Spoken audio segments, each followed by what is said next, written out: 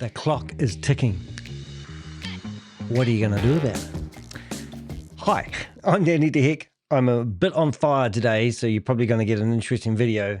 Just before I went live, I started singing a song that got in my head, and it's called Daddy Cool, and it's so cool. He's crazy like a fool. He's crazy like a fool.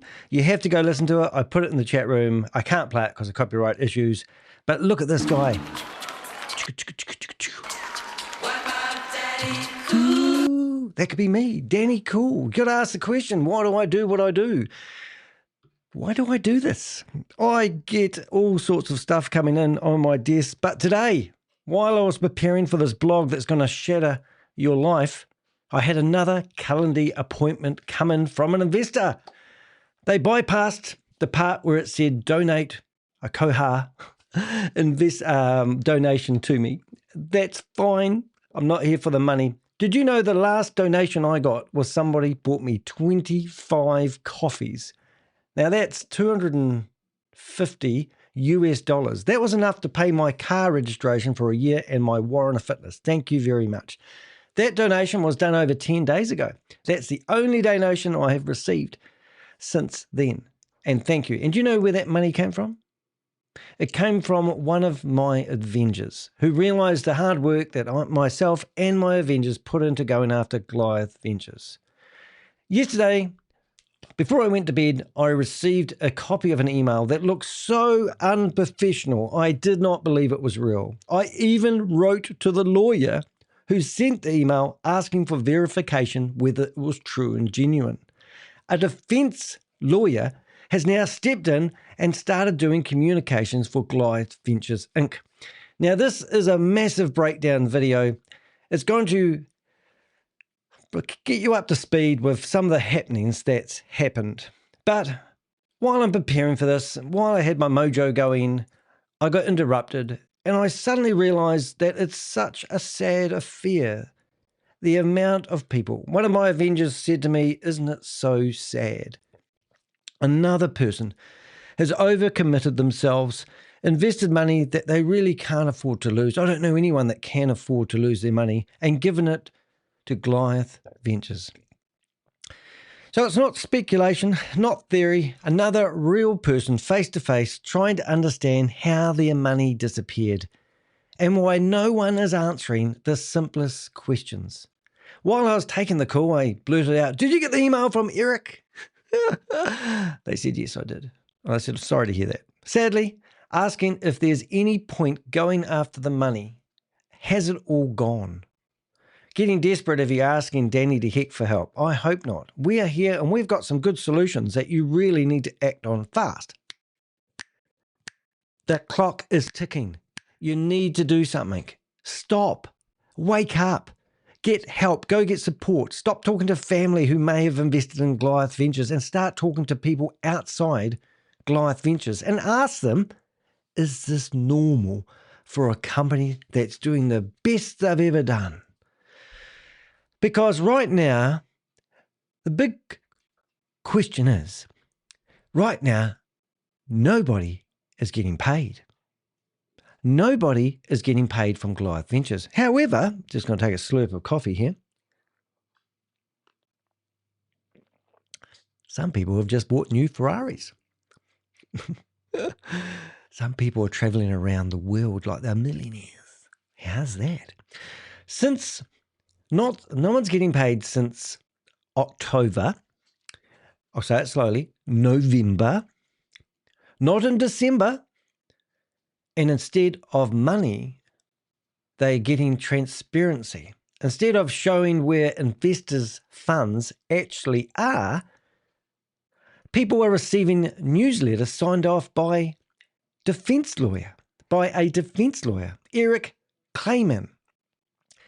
Now, I've invited Eric to come on the show just before we went live, emailed him last night, asked him to verify whether the letter that was sent out with his letterhead, not Goliath's letterhead, his letterhead, was really him, and I've got crickets.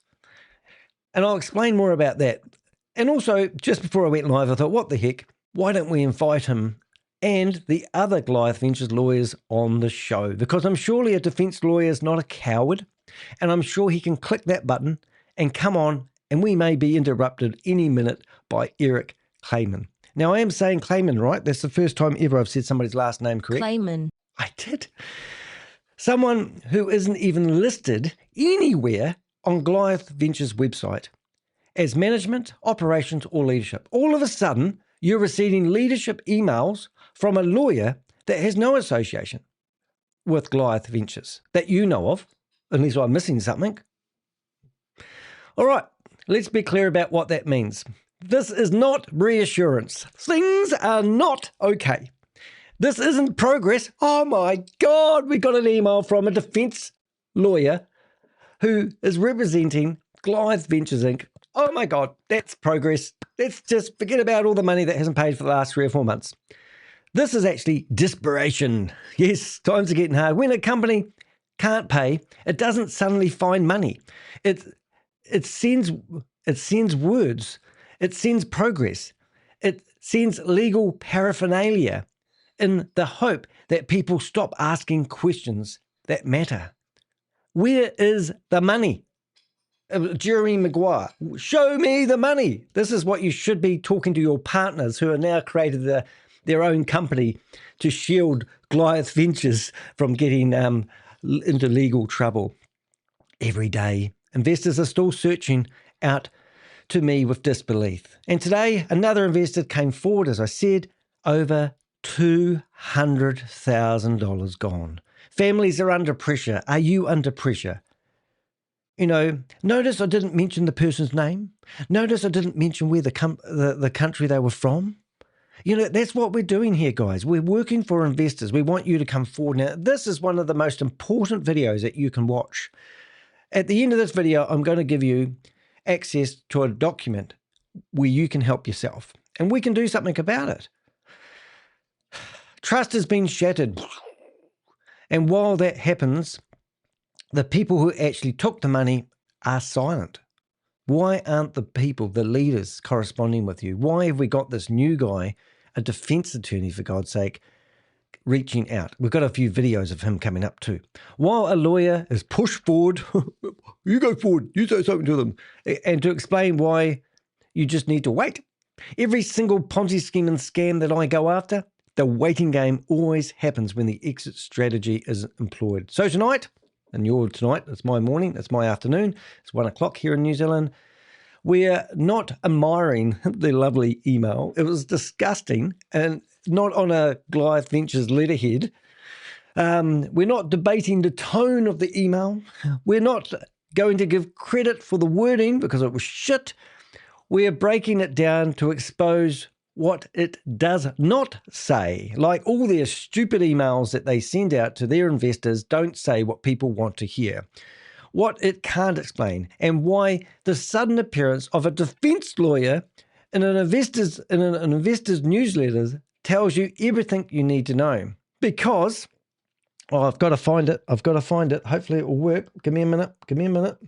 It's going to blow your eardrums. So if you're wearing headphones, I would recommend that you put them into silent. But my mum, my dear mum that I love to pieces, used to always say this. Sometimes my audio doesn't play that sound very well, so I'm going to do it twice. No one is talking about the elephant in the room, and it hasn't moved. No one's getting paid. And that's where we start today. First of all, let me have another slurp of coffee. Let me show you the defense lawyer. Now, he has got his own YouTube channel, but it was more fun just searching for Eric Clayman's name and finding that he has been featured in this other lawyers whose shirts seem to be the same size as Christopher's, just saying. But this is really funny. I just want you to get a caliber of the guy that's now representing, well, seems to be representing, unless he hacked into their MailChimp newsletter. But you've got to listen to this. Now, there is a bit of background music in this, and I'll probably get done for sound. So if all of a sudden you find this video has no sound, that will be why. But here you go. My name is Eric Clayman. I'm a criminal defense attorney, and I've been practicing here in South Florida for about 18 years. I'm an attorney that will not quit, and I will fight for you until the end, and I mean fight. I will take your depots, I will argue your motions, and I will try any case that you want to trust me with to put in front of a jury. That is why I get the results that I get. I win far more often than I lose. Of course, there are losses, but if you simply just want to lay up and take a plea, no need to hire me or any other lawyer. Go to the public defender's office and do that for free. We take every case as if it's a case against our family, our friends, or ourselves. Eric has personally represented me in criminal matters. How about this? So you dig a little bit deeper as you do, and I'm going to bring this back. But theoretically, a defense lawyer will find a loophole, in my opinion, to get out of anything that you have done. And if somebody hasn't crossed a T or dotted an I, so let's just say I got done for DIC. I'm just saying that's what could happen. And then all of a sudden I find out that the person that was processing me did something wrong. Maybe they didn't have the calibration of the machine correct. I don't know. But that's what Eric does. He looks for those little wee tiny details and then gets it thrown out of court. Now he's sending emails on behalf of Goliath. And here's an example of something he's done for this guy. Let's have a listen. You ready? Oops, hold it. Guys, this is attorney Jabril Hindi, and as we know, nobody is perfect. Here is a funny story. My first year of law school, everything's going great. I get accepted to law school, but of course, things happen. I was charged with a DUI. Devastating point in my life. He wasn't drinking. But thank God I was smart enough to take it serious and to make sure that I got the best representation possible. Eric Clayman does DUI cases. Eric, tell the people, what should they do when they're charged with a DUI? So if you're actually charged with a DUI and we're at the point where you've already been charged, the first thing that you need to do is just contact your lawyer and go from there. The DUI is, if you know what you're doing as a defense attorney, is an absolute dream case. There is so much subjective hunch work that's done in getting someone convicted for a DUI. It makes it very easy for someone like me that has experience with it to just blow up that lead officer that believes that they have their DUI. Because at the end of the day, unless you've given blood, and I'll get into on another video what's required to get blood, it's just guesswork. The cop thinks they'll have the same trifecta on every single police report out there. There's bloodshot watery eyes, a flushed face, and slurred speech. It's in everything. It's so common, it's gimmicky, and it's funny. And I use that to my advantage every time that I'm in trial. First thing you do when you get a DUI is within 10 days, you contact the DMV and you go get your hardship license so you can at least drive while you're on your first part of your suspension. The next thing that you do is you acquire your lawyer, you keep your mouth shut, don't drive until you have a valid driver's license or a hardship, and you go from there. If you've been charged with a crime or you've been charged with a DUI, reach out to us. Use the lawyer that I use. Click the link below, fill out the form, we'll be in touch. Oh my God, it's so funny. But anyway, I don't know who this lawyer is. And but what I have noticed is something really interesting is Eric, his officers are 4 units down from the other lawyers which have been corresponding with me trying to form a lawsuit against me. Now, just for the record, yesterday's video, I made it very clear there's no lawsuit against Danny DeHeck, okay? Because I live in New Zealand and they have no jurisdiction over me whatsoever. Now, unless they go to the New Zealand High Court, which is extremely different, and it has happened in the past, and I had one, there's no lawsuit. However, the lawyers that have filed a case in Orange County courts, ironically, are only 4 doors down from the acting, what do they call him? Criminal lawyer, this guy here. 4 doors down from the other lawyers that Goliath are using to try to form some sort of court case against me in Florida. Now, remember, the real funny thing about this is Goliath Ventures, Inc. closed their company down in Florida on the 3rd of September. So they don't actually have an operating company in Florida. And what they did instead is they bounced into another state called Wyoming. Now, Wyoming, they don't have any offices there, but they've decided to move the offices to Wyoming because Wyoming, every scam I go after, are always trying to get a company set up in Wyoming. It just means absolutely nothing. It's an avoidance technique so they're not liable. But if you've got a contract that hasn't got the new Goliath Ventures Inc. From Wyoming signed off, then your contracts are void. They don't mean shit. And no doubt a criminal lawyer like Eric will be able to help Goliath get out of that contract. So you need to do something about it because this guy's serious. He's real big when it comes to fighting criminals. That's what he does. And he's obviously just a stone throw from the other lawyers. Maybe they're all in the same building. Maybe this guy is an investor. I don't know. I'm just putting one and one together. So first of all, we got quite a few people 24 hours ago giving me a copy of Eric's email that he sent on behalf of Goliath when we didn't even know that Eric was involved. And this time they're getting clever. They said, access shared document. So they don't want this email being given to the wrong party. Oops. So we got access to it and we go here and we can actually see a couple of really interesting things that we do. We're awesome, open source intelligent investigators. This mailing list that you're looking at here are all the letters sent out to investors. The last 3 newsletters that we received from Goliath Ventures were inconsistent in their text. The layout was all different. The fonts were different. Their logos were in different shapes. They were signed off different because they had actually set up a new MailChimp newsletter. This mailing list here, if I click on join the mailing list, it tells us that this is old and it doesn't work anymore. Now, I'm not a MailChimp user, so I don't know whether there's a limit to how many emails you can do in your company emails. But what's ironic, the last email that was sent from this mailing list was on the 11th month. All right, so that's, I don't know the months of the year. You think I'm kidding, but I don't. So that's a long time ago, 2 months ago. All right, and navigating our commitment to stability in a dynamic DeFi landscape. This is where they were telling you that they were moving banks because the Bank of America couldn't sustain the growth of Goliath Ventures. I mean, you can't make this shit up, guys. But anyway, Eric or somebody has managed to hack in to their mailing list, and maybe he's doing an advert for himself and send out a newsletter. Now, if I click on that link, it's going to tell me, I don't have access, and I'm going to get this. Oh, no, I'm not. I'm going to get this.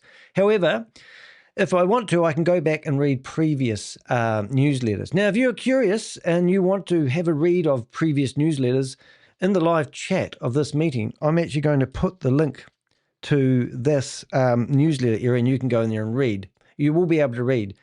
But what I did is I have got the blog and we've gone and got Eric's newsletter and I've put it in. Now, there's so many things I could go on about. For a start, here's a newsletter sent out to the mailing list of Goliath Ventures investors. First of all, it's blurry because he hasn't formatted it properly and he doesn't know what the hell he's doing. There's a lot of things you could look at here. For example, it's publicly listed his phone number. His email address is Eric claymanlawfirm.com. And in here, he's talking about MSB, which we're going to break down in this video. If you think an MSB is an excuse, they're claiming that it takes 90 days to get themselves a money services license. And that's just so much bullshit. Money services business. And you can't even, I've got some really interesting facts about why this is so wrong to be telling people. And there's no guarantee that at the 90-day threshold that things are going to be working. In this letter, there's no explanation of what and where your money is. We went back to other newsletters that were mentioned in here, and we can see that Christopher, there was one in October, the financial audit email, and in here, they talk about how that they had an audit done by Matt Burks, and I know that might be funny for people that have been following, but when he did the audit, he claimed that 115% or more of partner balances at all times were, secured. So for them to publish letters like this in the past, telling people that your money is secured by what they called at the time an independent audit. Look at this. Money services. Hold it. I didn't even read this before. This could be interesting. On August the 12th, 2025, Black Block Managers Services. Oh, no, that's different. All of a sudden, I thought they were telling people they had So Black Block is now merged into Goliath. Look, I'm not going to go down the rabbit hole here. I'm sure you would like my breakdown. First of all, there is a couple of other things I will show you. What is MSB? Here's a warning on FinCEN's website, basically telling you how companies are using MSB approvals as a way to defraud people, and it's putting out warnings on their own website what that actually means, and we'll go into that. So as they say, without further ado, oh look, there I am clicking my fingers. Stop it, Danny. We're going to get into this email and break it down. Now there is there's lots of messages in the chat room. I'm trying to stay focused on delivery at the moment, so I really appreciate my Avengers. If you go to deheck.com, you'll see that this is part of a series of blogs that we've done, and I will do this. And also do remember, as I said, I don't get donations for doing this, and people think that I'm available for hire free of charge. That's okay if you need help. I realize that. But if you go to deheck.com, which is my website, you can click on Goliath Ventures. And what I've been doing recently is just doing videos without blogs. So you'll see that I've updated the blogs. That's Christopher. That was Christopher before he had...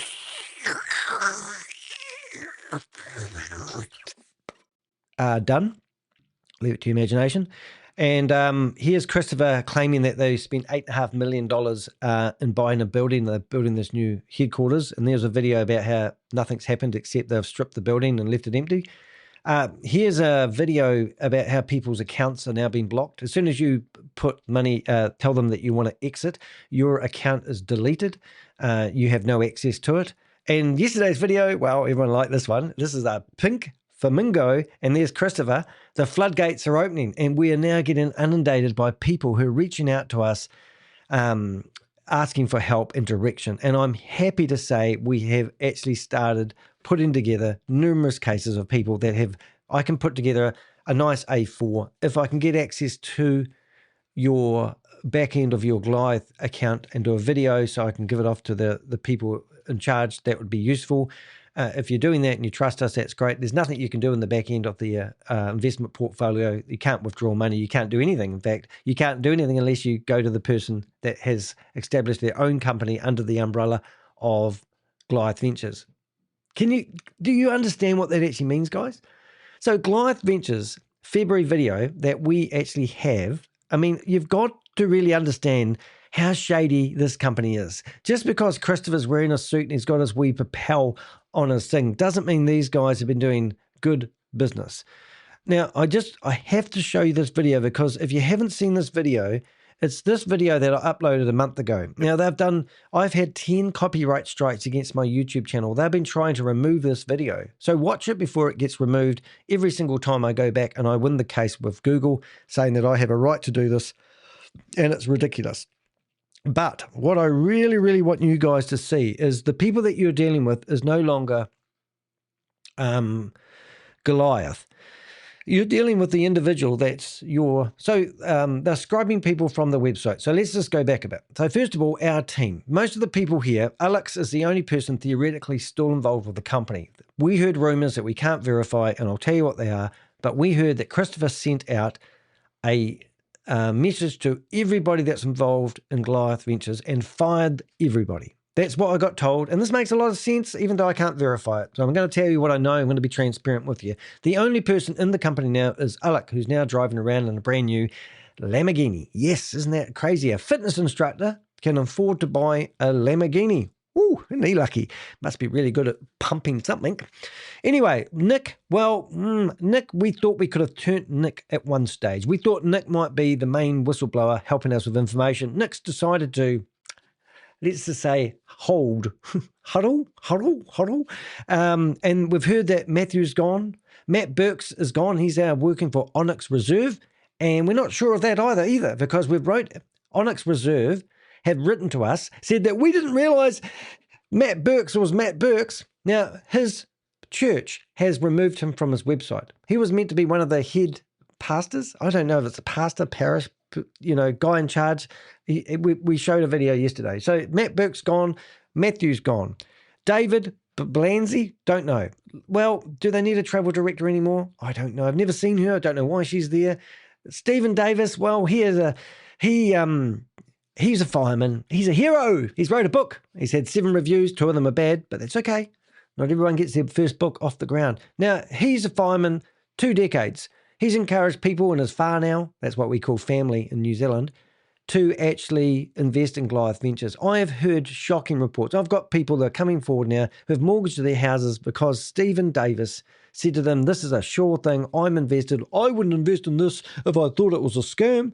But people have done that. He even wrote a beautiful article about himself in the Insider magazine and claimed it was, look at me, I'm in the New York Times. Oh no, that was me. I was in the New York Times. I was in the New York Times, 2-page spread in the printed edition, for God's sake. Got interviewed by a reporter, David, and over 4 interviews on Zoom. He wanted to know about my story and they published it. That's what happens when you're in the real news. But Stephen Davis was in the Business Insider magazine as a sponsored article claiming how wonderful he was. What a good guy he was. All this lovely stuff you'd expect to hear about the brotherhood. Anyway, I wrote to the Business Insider and said, do you realise he's involved with Goliath Ventures? They took the article off.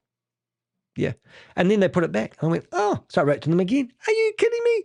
And then they took it off and it's off, gone for good. So it's quite good. So anyway, Stephen Davis, have you heard anything about him? Where is he? Where's he gone? All of the people that invested have to go and report back to one of these people you see on the screen.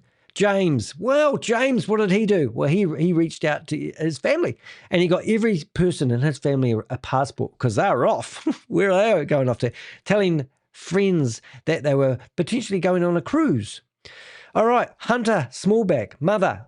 Mother was responsible, I think, for organising the fit out of the new $8.5 million building. She's disgusted with Christopher now.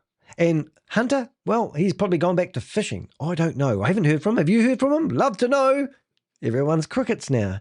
This company's meant to be doing the best it's ever done ever. And now we're getting crickets from everybody. And you guys are waiting for what?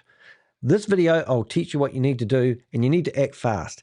Your money, I can't promise you where the money is. I do know we've been privileged to helping banks close and freeze bank accounts, and that's been a privilege of mine. Bank of America have closed 2 accounts because of my doing, theoretically, because me showing them what we know about this company. They are the ones that have frozen the accounts. I've just provided them some great red flags, and they've looked at them and verified it and frozen these accounts. The last one we froze was an investor who put $250,000 into it a day before they reached out to me. And I said, give me the bank account number. We need to act fast. They hesitated. We used the payslip. They were getting paid from Wises. I call it Wises Bank, but apparently Wises is not a bank. But you can get a bank account number where people can deposit money. And this is how they've been paying people. And this is why it's important for people that reach out to us that want to provide us some information, a little bit of information. Just give us the lot. We need all the information, all the leads, we've got a jigsaw puzzle that is bigger than a 1,000-piece jigsaw puzzle. We didn't have the box at the start, and we've been doing the bits along the way. And all of a sudden, the picture is very clear. Any little detail that you think's not relevant, like a crypto address you might have put money into, or another bank account, we want to know about it because it helps us complete the jigsaw puzzle. We're putting information together in packages about individuals. We're giving them to the head investigator for Goliath Ventures. Now, 6 government agencies are involved in this investigation. Now, they don't get out of bed in their undies and put together a blog like I did this morning. They don't do that sort of stuff. They don't work as fast. They have to work and make sure they get everything correct. All we can do is present your evidence in a clear, logical manner where we can get shit done. Help us, help you. I'm not here. Like I said at the start here, I don't get one donation of 25 coffees. Friggin' fantastic. Paid my car registration and my warrant for a year. Thank you very much to one of my Avengers. That's the only donation I've received since then. That was 10 plus days ago. Not here for the money. Okay, I work for free. I'm here for the goodness of mankind. I should get a Nobel Prize. I know that's Donald Trump. Anyway, let's not go there. Anyway, so Hunter Smallback, where's he? Good to know. Mike, well, Mike's bought himself a new Ferrari. He's meant to be, I heard he's on the way to Dubai. That's what I heard. Tomo, well, business is normal. Still doing rejuvenile stuff. Looked at some of his videos a couple of days ago. He was interviewing 8 months ago. He was interviewing a 23-year-old FBI agent called Tom Simons. Simons. Yeah, Simons, I've got a picture of that in my head. Simons? I might be saying that wrong, but I think it's Simons. And he'd been a FBI agent for 23 years, and now he's a YouTuber. Anyway, and he's got a lot of fake traffic, just saying. But anyway, he was interviewed, and it was like Tomo was trying to bleed his brain to see how to evade the law. That's all I'm going to say. It was interesting. I mentioned in the video the other day. I'm not going to go there again. This guy here, we are getting a lot of people who have invested with this guy here. These guys are not involved. Casey Holliday, gone. Marty, I can't even say his last name. The reason I don't read these names out, I can't do it. So all these people here don't exist. The only two theoretically that still exist is Alec and Chris. Boom, all gone. All right. But when you go back to this video, listen to this. This is why you need to act fast, because there's lots of companies involved in this now. This is what they told people to do in a secret video that you won't see twice unless you watch my videos. Listen to this. Oops, got the wrong one. Let's press play. Play. Establish their own LLC to do business with Goliath. So instead of individuals, you'll have a company. Creates a legal barrier. It's a limited liability company, which is good. The other thing that it does is it creates a clean way for you to be paid by Chris to serve your clients, which are ultimately Goliath's clients, right? Can you imagine that? Go set yourself up a couple. Hey, Danny, I want you to work for Microsoft, but we want a legal barrier between Microsoft and you. So we want you to set up your own LLC company to put a legal barrier between you. Now, ultimately, what he's going to say now is, even though you've set up your own company, you're handling our money. The clients are still Goliath Ventures. In servicing them in this structure, it sidesteps a bunch of regulatory stuff that de facto turns Goliath. Even Matt Burke's taking his glasses off, scratching his head. Into a fund. Goliath is not a fund, so we want to avoid that language. But if you say you're a fund and you get paid like you're a fund, when someone knocks on the door, they're going to go, it's definitely a fund. So the investor I was talking to this morning had invested 2 years ago. So he was getting more than 3%. It was so good that he decided to reinvest some more money later on. That didn't work out so good. So this person had received some dividends, but not many dividends. But at 5%, so somebody had got paid. It's in my blog, and I'll just give you a snippet now because I know you're all busy people. Somebody got paid within the last 10 days from Goliath Ventures. So this money... So, I mean, I'm sorry, but I got told, I can't even tell you how I got told, but I know that somebody got paid in the last 10 days. Now, if they're having money transmission problems, how did that person get paid? On the 10th of December, another investor who invested $100,000, got 5% return, got paid all their money plus $79,000 worth of dividends. Also got paid in the 10th of December. So why are romantic partners, for the use of a better word, getting paid and you're not? Where is this money? Why aren't they telling people where the money is? I mean, I just, and if you haven't, I'll put the link to this video in the chat room. This video is 1 hour, 47 minutes long. I've watched it 3 times. Every time I watch it, it answers a question that I didn't know. So if you haven't watched this video, stop watching this video, come back to me later on. Go watch this video. You will realize this is a scam. This video here condemns them. This video be played in a courtroom. Everybody involved in Goliath Ventures, partners, in my opinion, will be locked up and incarcerated. Matt Burke, his church doesn't even want him there. Pierce Curry, he's put everything into Goliath Ventures, was going to do a massive withdrawal. I'm sure he would have got his money because he's going to buy a new house. He's been promoting Goliath Ventures in Zoom meetings to people. He's been offering them 8% return. Actually, is that him? I might have that wrong.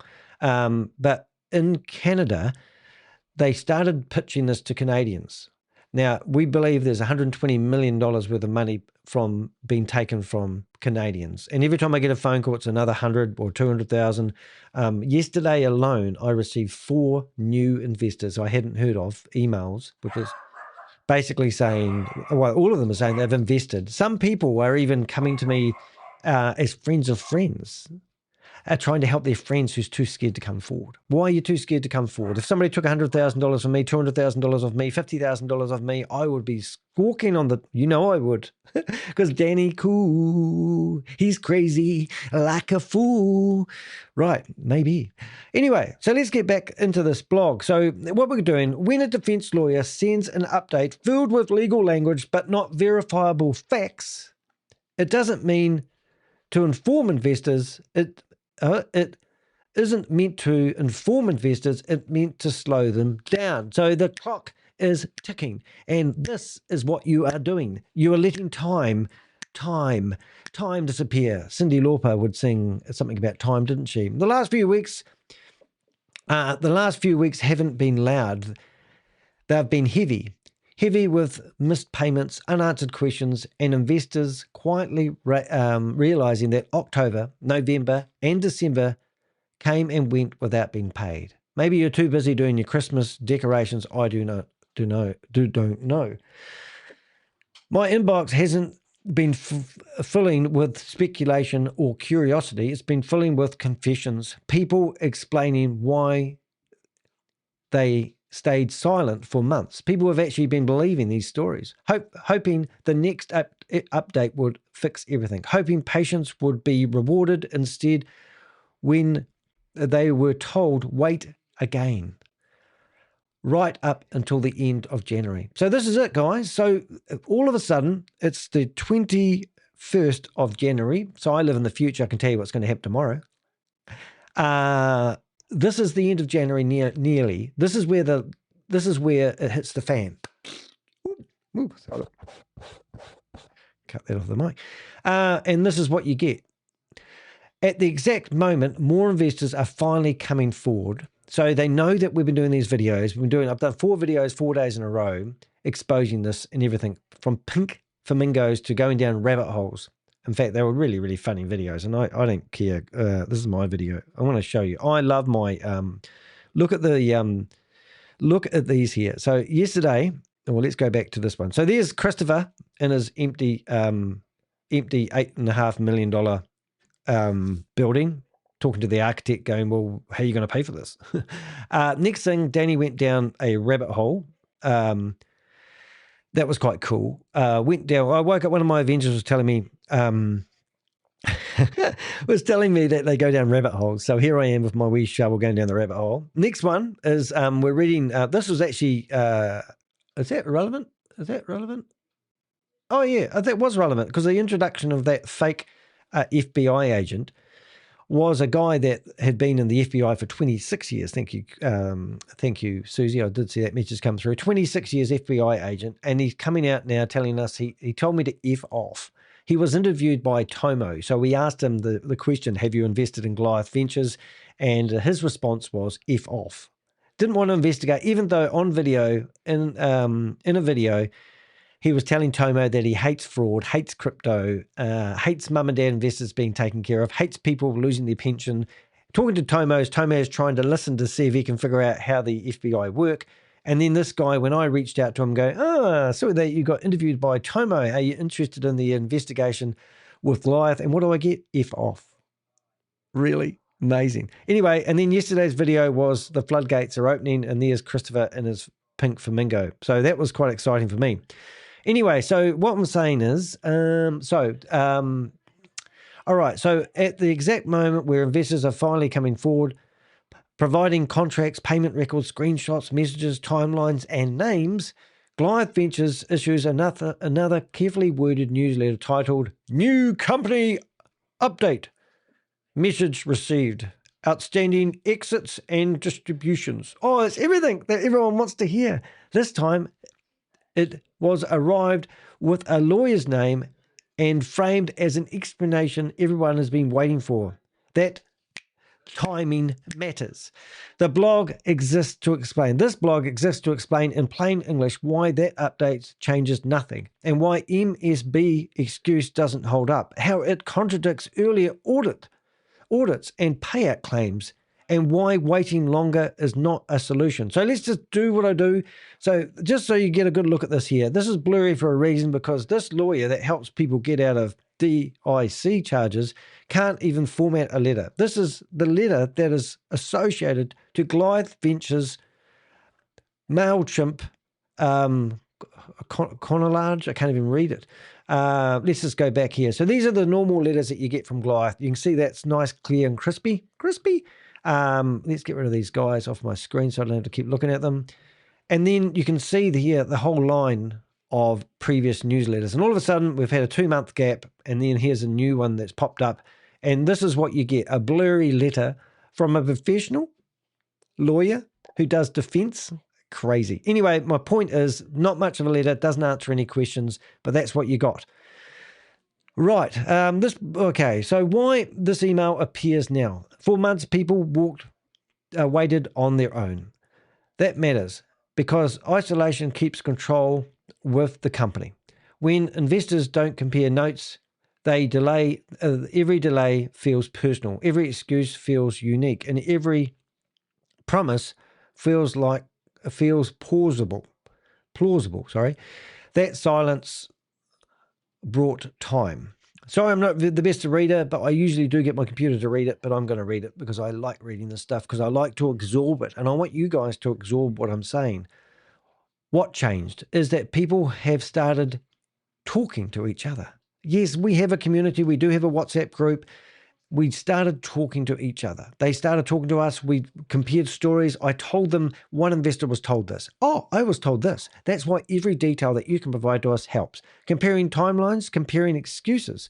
You know, when somebody rings me up and they tell me that they had received, like one guy rang me up and told me he received 1.5 million out. And his money, that he only took what he put in, and now he's using the house money and hoping to get return on investment. That's what we get. Comparing who was paid and who wasn't. Once that started happening, it became clear that the explanations weren't sensational.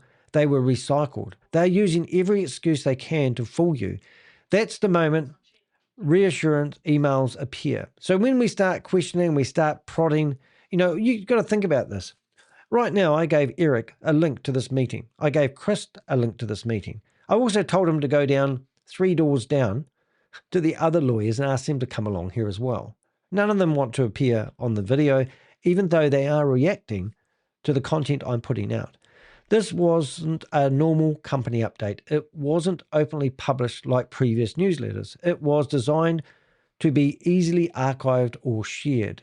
It wasn't designed to be easily archived and shared. That's why I don't read. I miss out the little words. It was delivered as a restricted document, accessed through a gated link, quietly controlling visibility and limiting how far it could spread. Well, we got it like as soon as it was published. Thanks very much to our team of people who are trying to scratch their head and figure out what's going on. That isn't transparency, is what the company says that they pride themselves on.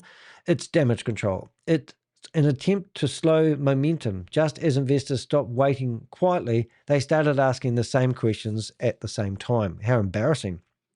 So, who the lawyer actually is and why it matters. The email attributed to Eric Clayman, a Florida-based attorney whose name has appeared before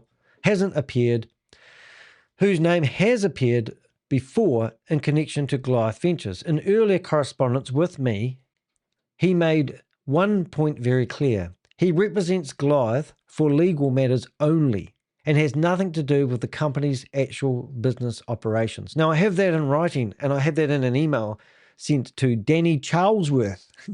It's me. Did you not know you were corresponding with Danny DeHeck? My legal name when I was born is Danny Charlesworth.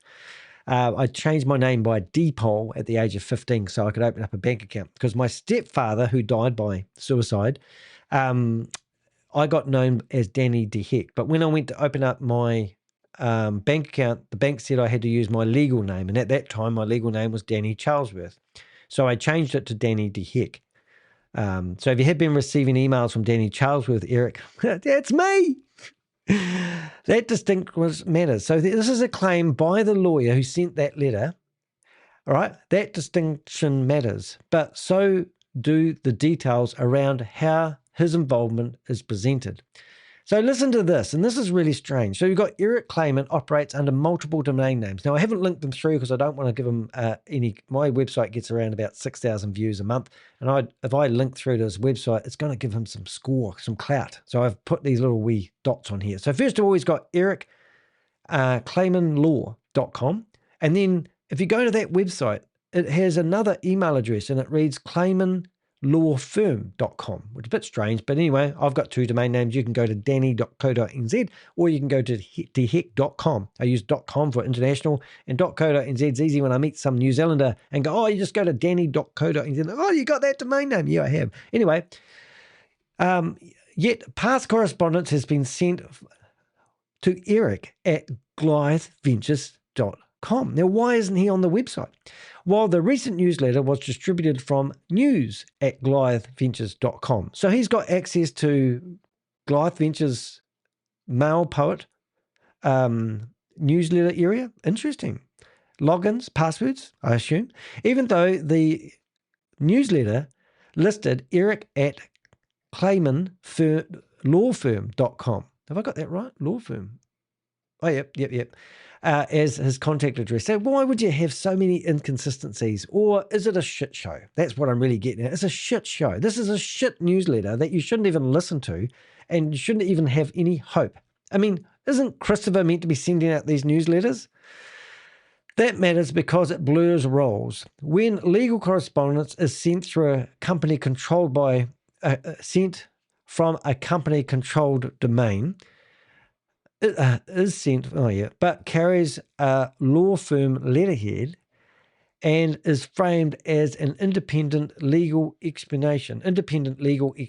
Like some lawyer all of a sudden has put his hand up and said, oh, I'll do your correspondence, Chris. I see you're over in Dubai at the moment. I hope you had a nice time in Thailand the other day. I heard that you paid $150,000 for a 3-day event, $50,000 a day, so he could have nice seats when he went to listen to some concert over in Thailand. Yeah, I don't have his back yet, but anyway, it creates the appearance of a legal authority without an independent. Oh, look, I'm just going to have to read this. I'm so sorry. It creates the appearance of legal authority without the independence people assume comes with it. That's better, isn't it? To be clear, none of this means a lawyer is confirming facts. A lawyer representing a client tells them does not mean funds exist, accounts are solvent, payments are imminent. I mean, lawyers gives advice on how you should act. It doesn't do the correspondence for you. He's not auditing accounts. He is not verifying balances. He is not guaranteeing distributions. He's just making excuses. What he is doing is relaying a narrative framed in legal language at a moment when investors are looking for reassurance. That is not validation of reality. It is presentation. And when presentation replaces transparency, investors should slow down, not calm down. Investors should slow down, not calm down. Not very good at reading today. The MSB excuse sounds official, but FinCEN warns people about it. Now, this is really, really important. I've included in the description of this video is a link to this blog, and you can go there and click on the link and see what FinCEN actually says. Click. Oh, there it is there. It warns in red about companies that are doing exactly what Goliath Ventures is doing. This current excuse being published is that Goliath cannot pay investors because it does not yet have a money services business. And he's claiming that it takes 90 days and they're up to the 80-day threshold. Now, the other excuse we are using is auditors, and we're going to get into that. This sounds technical and reassuring, but it's exactly why it's being used. Here's what investors are not being told. On the official FinCEN, the US Financial Crimes Enforcement Network website explicitly warns the public that fraudsters routinely abuse MSB registration process. FinCEN states, being listed as a MSB does not mean the company is approved. FinCEN does not endorse or vet businesses, claims that MSB registration makes it safe to send money are false and commonly used in scams. Okay? Now, FinCEN's warning, you can read it directly for yourself from the blog that I just mentioned, and I just flicked the screen and you'll find that exact quote on my website and on their website for verification. In other words, if Goliath were registered, that would not justify holding investors' funds, stopping payments, demanding patience, or claiming legitimacy. And here's the key point. Goliath is not even approved yet.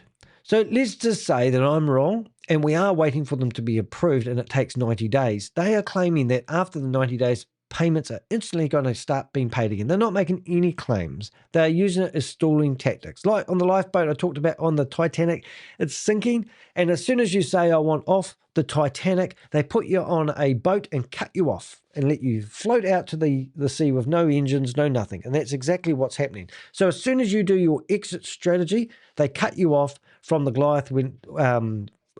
Goliath Ventures investment portfolio website.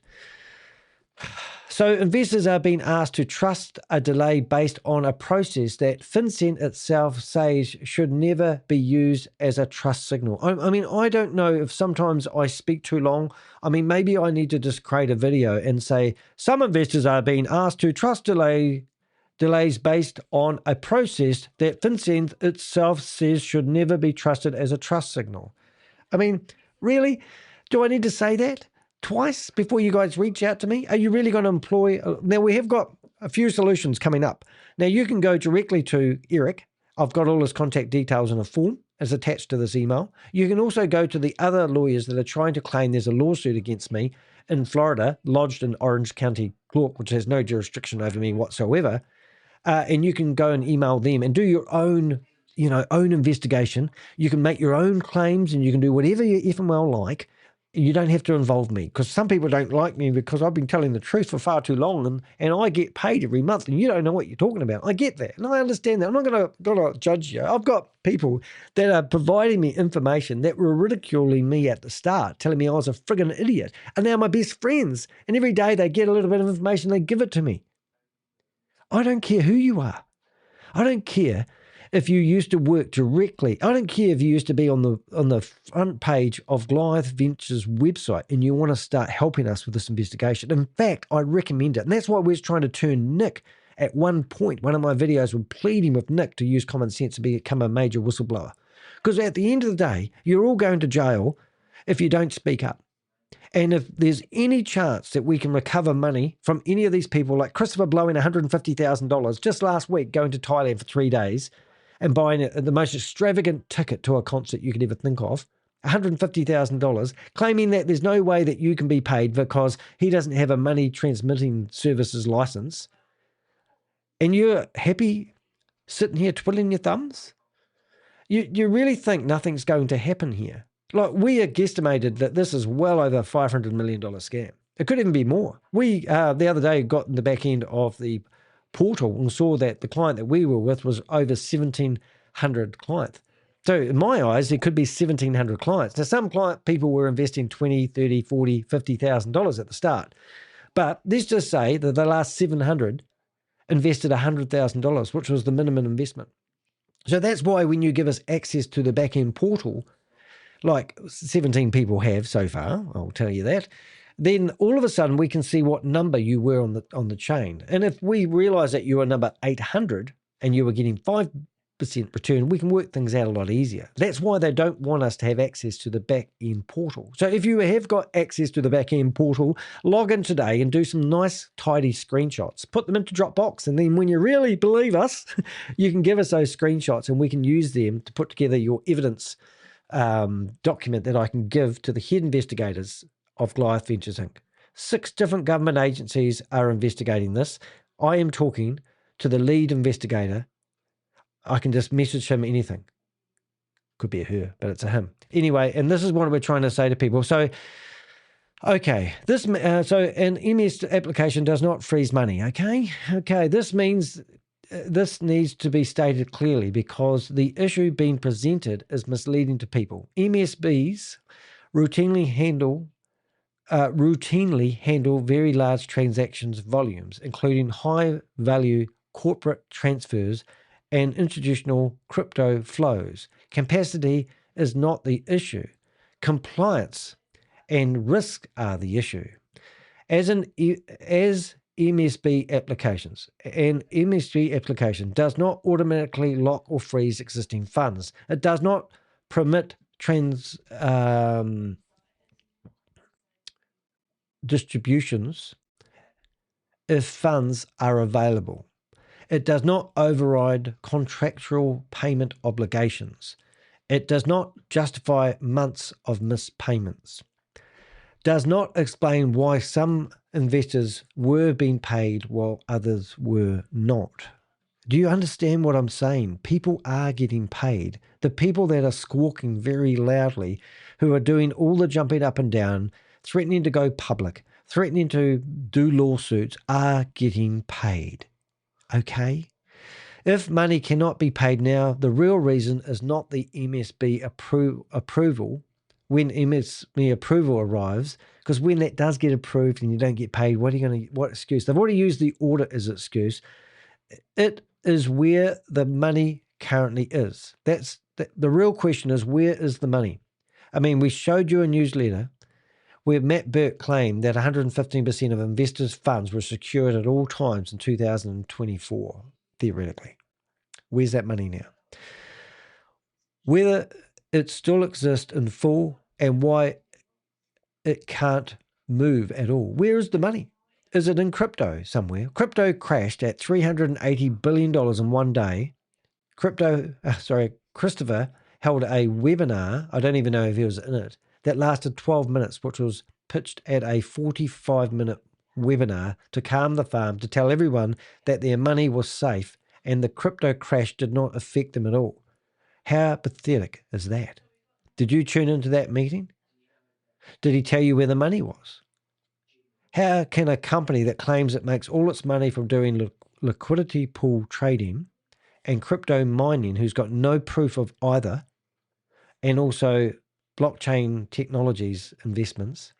If you go to the website of Goliath Ventures, Christopher, in previous videos, we've showed you that these acquisitions that he claims that he's made are actually all done in Chris's name.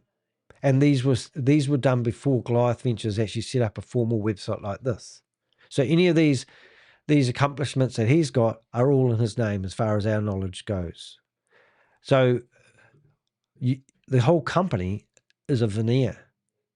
It's a smokescreen for a company that's taken investments, who's just running, in my opinion, a perfect, well, not perfect, but a typical Ponzi scheme. They're using new investors' money to pay old investors, hoping that they would be able to dominate the world and keep getting investors. And that's why they were offering 8% return for people who invest in Canada, because they were hoping they needed some cash flow to calm the farm, because you guys aren't jumping up enough.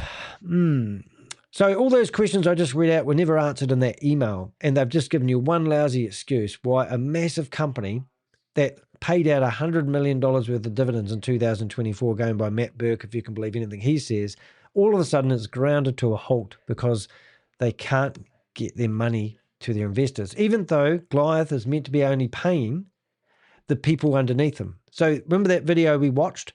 Every person that was on the website here, that's left on the website, has been forced. They're no longer executives, but they've been forced to set up their own companies. So technically speaking, if you really want Danny brain on it, technically speaking, Mike J. Lucky, nice to have you as a bronze member. Thank you for joining my YouTube channel. That is really nice. Woohoo, look at that. It's the first person that's joined my YouTube channel in 3 months. I feel the love. Thank you very much. It's really kind. Hope you stay. I'll be nice to you, I promise. So what I'm getting at is, this is how simple it is. I actually got a list of all the people. I want to see if I can bring it up. Because what I'm saying, guys, is you might think that they've got all these investors to pay. Well, they don't. And it's really weird, because I just told you that. So we've got 1, 2, 3, 4, 5, 6, 7, 8, 9, 10, 11, 12, 13, 14, 15, 16, 17, 18 people have set themselves up. I'll just make sure, yeah, because I haven't got Piers Curry in my list that I'm looking at. So 18 people, I'm going to have a look. Hold up. 18 people have got themselves set up as LLC companies. I'm just going to bring them all up here. And I'll take a screenshot. 1 minute. I'll just do this. Okay, hear me out here because this is Danny Logic. Susie might be able to help me here if I've got this wrong, but I think I've got it right. The way I'm looking at it, it's everybody that I'm about to show you, right? These lists here are all the people that were, there's 18 people. I haven't got Piers Carr in here, but they all had to set up their own LLC company. So my logic is that only 18 people need to get paid. Simple, isn't it? 18 people need to get paid because these people have been told in that video I showed you to set up their own company because they are going to be responsible for paying their clients. So that would mean that each and every one of those companies theoretically would have to set up their own MSB. Is it MSB? Am I saying that right?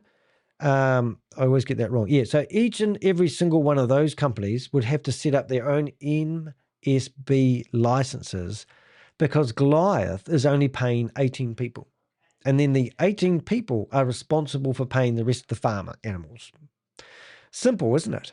So why is this the case? So now you've got more stuff to explain, Eric, because why does one company, how can one company set up an MSB license when the reality is they're only paying one of the 18 people, and then the 18 companies that are set up underneath all now have to distribute the money.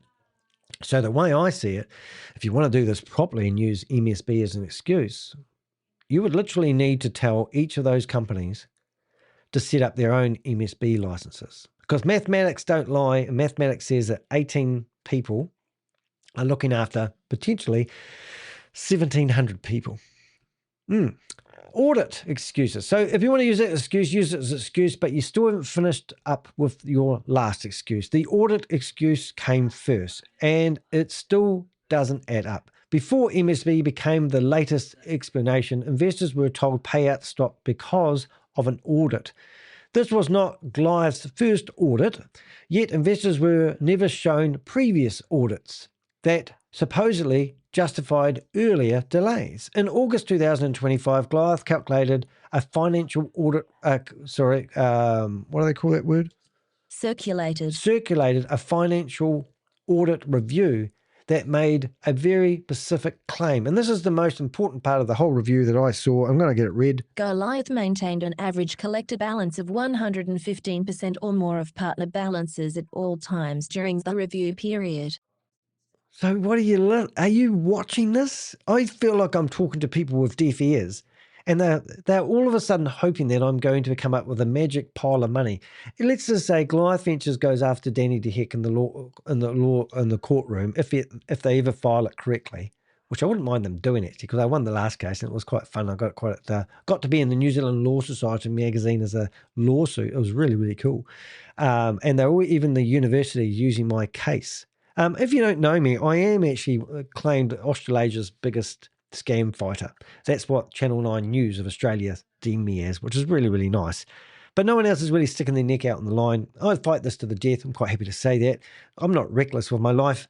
And you know what people don't realise, I've actually had Goliath Ventures knocking on my door of my house, offering me a deal, which I wouldn't even entertain listening to. This was the second deal that they have offered me. I got offered $150,000 if I wrote a retraction and I removed all my videos. They had tracked me down. They literally had sat outside my neighborhood trying to find out where I lived, going by what the neighbors said. Two men were sitting outside in a car in the street, stalking my neighborhood, trying to find out where I lived. They managed to find out where I lived, and they walked up the drive and they knocked on the door.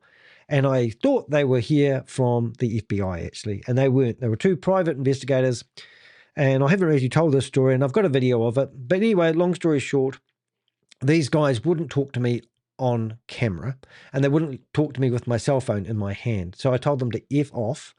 But in the meantime, I were recording the whole conversation, and I walked them off the neighborhood where I live, And I sat on the pavement outside their car for an hour waiting for these guys to return because I found out where they parked their car.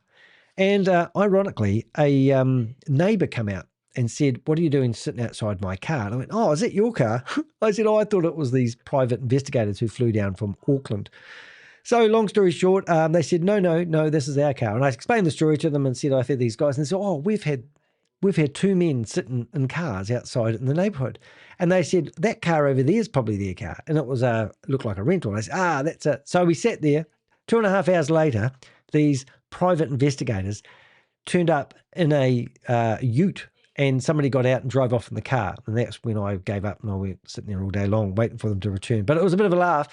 Went out to a rooftop bar about 2 weeks later, and I was with somebody, and I looked at the person and I said, "I think that's the person that knocked on my door." And I walked up to this. I took a photo of them first in case they ran away, and there was two of them, and it was one of them. So I took a video right up in the guy's face. I'm like standing here to here, and I'm holding my camera against my chest as I'm walking around getting a drink, and I'm videoing him. And then we went back, I gave the video to the Avengers, and we found out this guy had the same watch and the same shoes that he did when he knocked on my door. These guys are meant to be down from Auckland, which is like 1,100 kilometres away from where I live. Long story short, quite intimidating, quite freaky that they do that. And when they knocked on the door, they explained that they were working for the lawyers that were working for Goliath. But when we contacted the lawyer and said that you've just put a target on my back, by having these guys find where I live. And we're going to document everything that happened. We also wrote to the private investigator company. We found out who they were. We found out everything about them, the full transparency of the whole 9 yards. And they said that they had nothing to do with it. So they denied the fact that these guys were here working for Goliath for legal reasons, I'm sure. But that's what happens in my life. And I haven't told people that story, so you're getting a bit of a snippet here. Does it intimidate me? Nah, not at all. Not at all. Oh, thank you very much. That's very generous. That is so nice. That is my first donation in 2 weeks, I think. Thank you very much. I really, really appreciate it. I'm not here for the money, but I need the money. That is really kind. Thank you very much. But anyway, so that's what I'm going through. So I'm literally... I feel threatened. I have to be honest, I am intimidated. I have very understanding people in my life. I'm risking a lot to even talk about what I just talked about. And I'm not reckless. I do value my life. But I'm playing with people here that stole, I believe, $500 million from people. Like I said at the start, somebody booked my time via my website and didn't even pay the $50, funny enough, the $50 that I suggest they pay if they want to talk to me on the blower. And I did a video call with them right while I was preparing this blog. And I'm not knocking the person for reaching out, and I'm not saying you can't talk to me for money. I'll do it free of charge for the rest of my life if I can survive. But it comes at a toll. I was in the swing of writing this blog that you're looking at right now. I was in between writing emails back to Eric Clayman, telling him he's a coward and he should come on the live. I'm dealing with some criminals. I'm dealing with people that will be in jail who don't want to go to jail and do what it takes.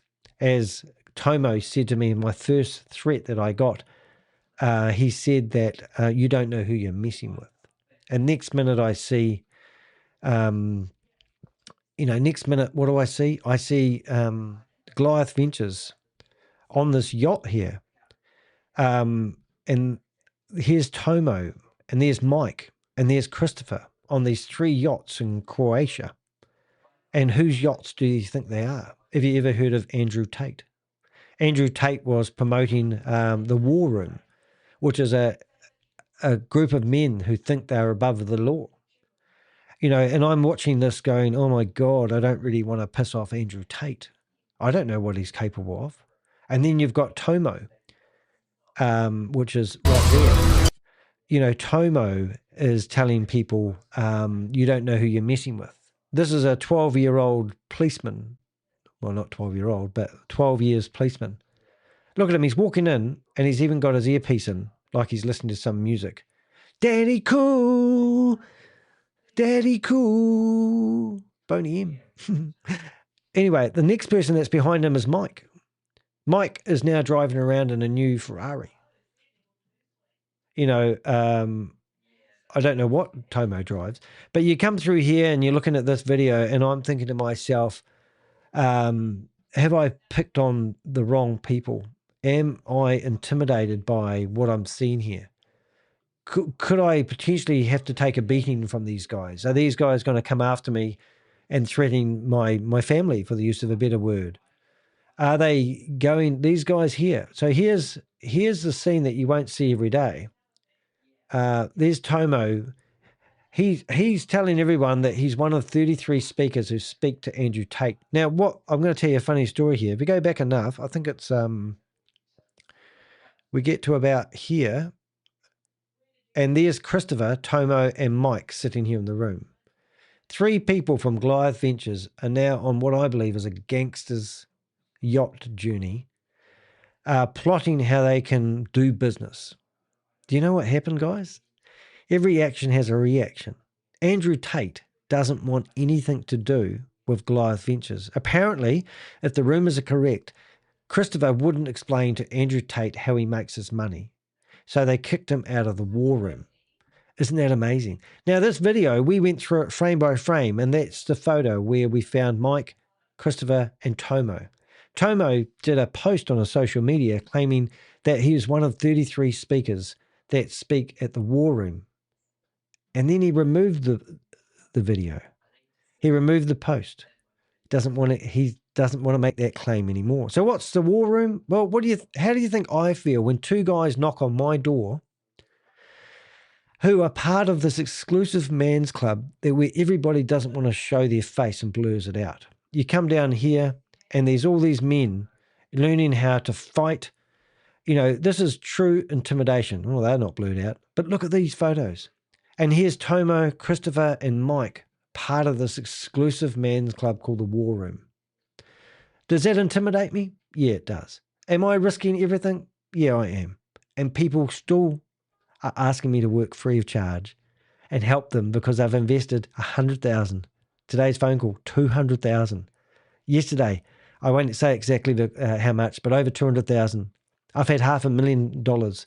I've had $15 million people tell me they've invested $15 million.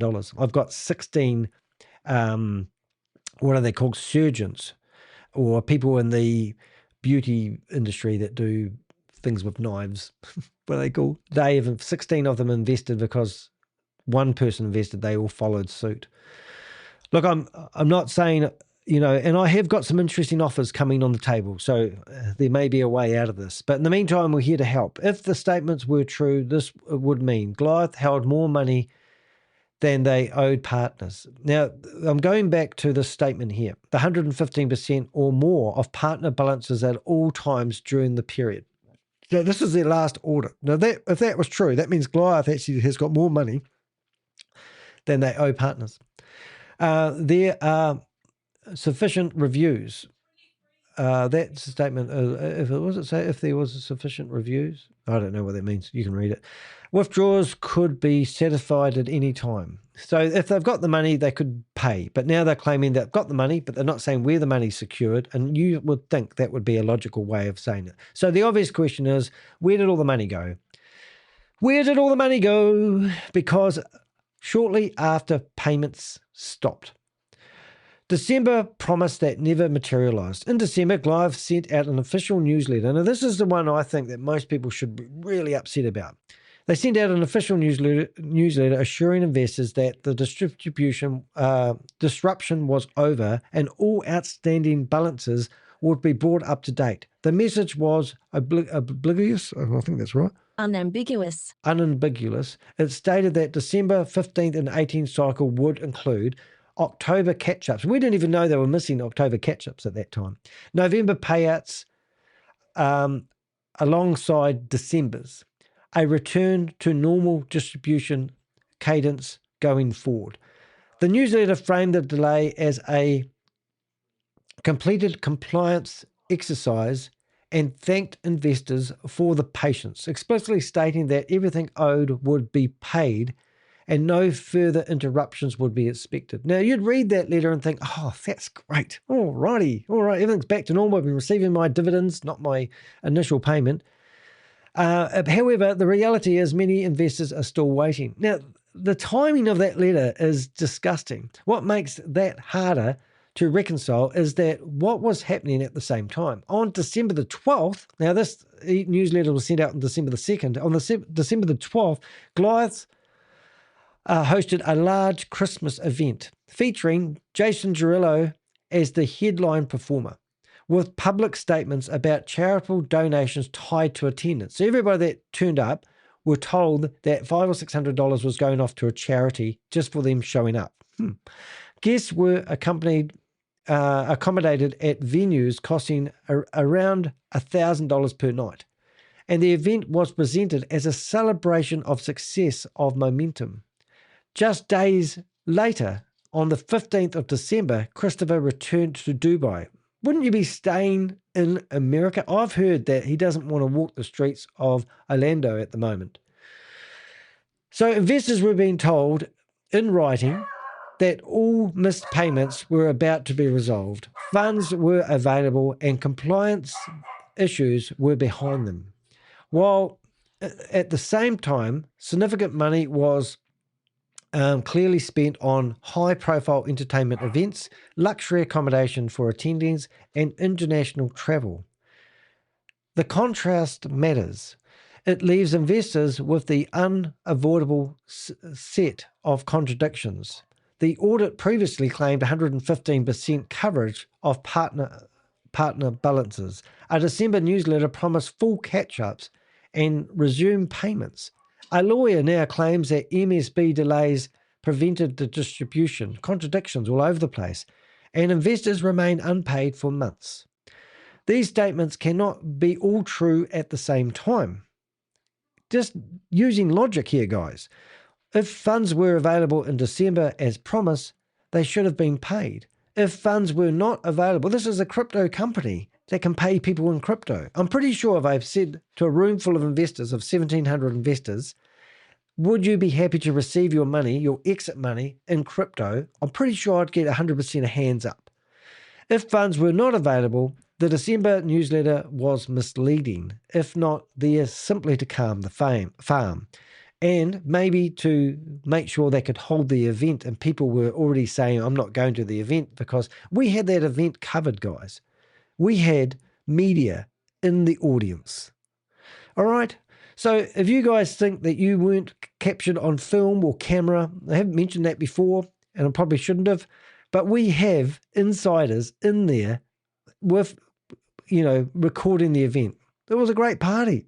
No expense spared. And if money could be spent on events, travel, and promotion, then the question investors are entitled to ask is not about MSB timelines. It's why distributions were prioritized last. If you can spend $5 million on an event, wouldn't you rather have payout and scrub the event? Just saying. That is the gap. The latest updates does not address. What the lawyer's email carefully avoids saying, for all its length and legal tone, the email avoids addressing only the issues that actually matters to the investors. It didn't mention anything that people wanted to hear who are worried about their investment. At no point does it clearly state where investors' monies are held, where those funds are, I can't even read that, let's have a go. Segregated or commingled. Oh, I'm not going to have another go. Whether any of the money was already spent or moved, has been spent. Whether sufficient funds still exist to cover investor balances. When specifically anyone will actually be paid. There's no timeline. It's just 90-day. We're waiting for our. How do I say it? I'm waiting for my registration of my car. It's in the mail. I still don't know whether I'll get my license back in time. This is what we're listening to. Instead, the email relies on process over substance. Timelines without dates, explanations without documents, and reassurance without proof. Legal language is used to sound authoritative, but authority without transparency is meaningless. I'm getting better at reading. What's missing is not technical detail. What's missing is accountability. Hope is not a payment plan, and reassurance is not a subtle substitute for showing where money is. I just said I was getting better at reading. Right, selective payout problems. Now, this might rip the hem on your night. Now, I'm going to have a bit of a rest from talking. I'm going to let the computer do it. But listen to this. One of the most disturbing patterns emerging from people now coming forward is this. Some people were paid, many were not, and those payments were neither random nor consistent with the explanations being given. So why are some people being paid when they're telling you they can't pay people? How do I prove that those people have been paid? Because everyone wants to keep quiet. No one really wants to talk about it. But I have got proof from, I could tell you the same people that have provided information to presidents have actually provided me information. So I'm talking way up the ranks. Same people that could provide, I'm not saying Donald Trump, but people that have provided knowledge to people like Donald Trump are talking to me.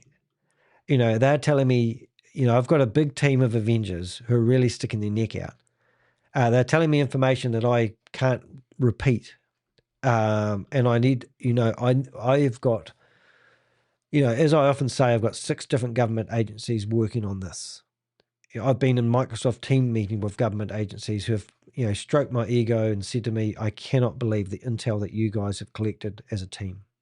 I've currently got, I think we're up to 139 odd people on my database, persons of interest at the moment, people that have been promoting or investing in Goliath Ventures. I also have another team which are on a different database of whistleblowers, people that are providing me information, and we're collecting all the screenshots and the intel. We're going through all the Reddit accounts. We're doing a full-out investigation here.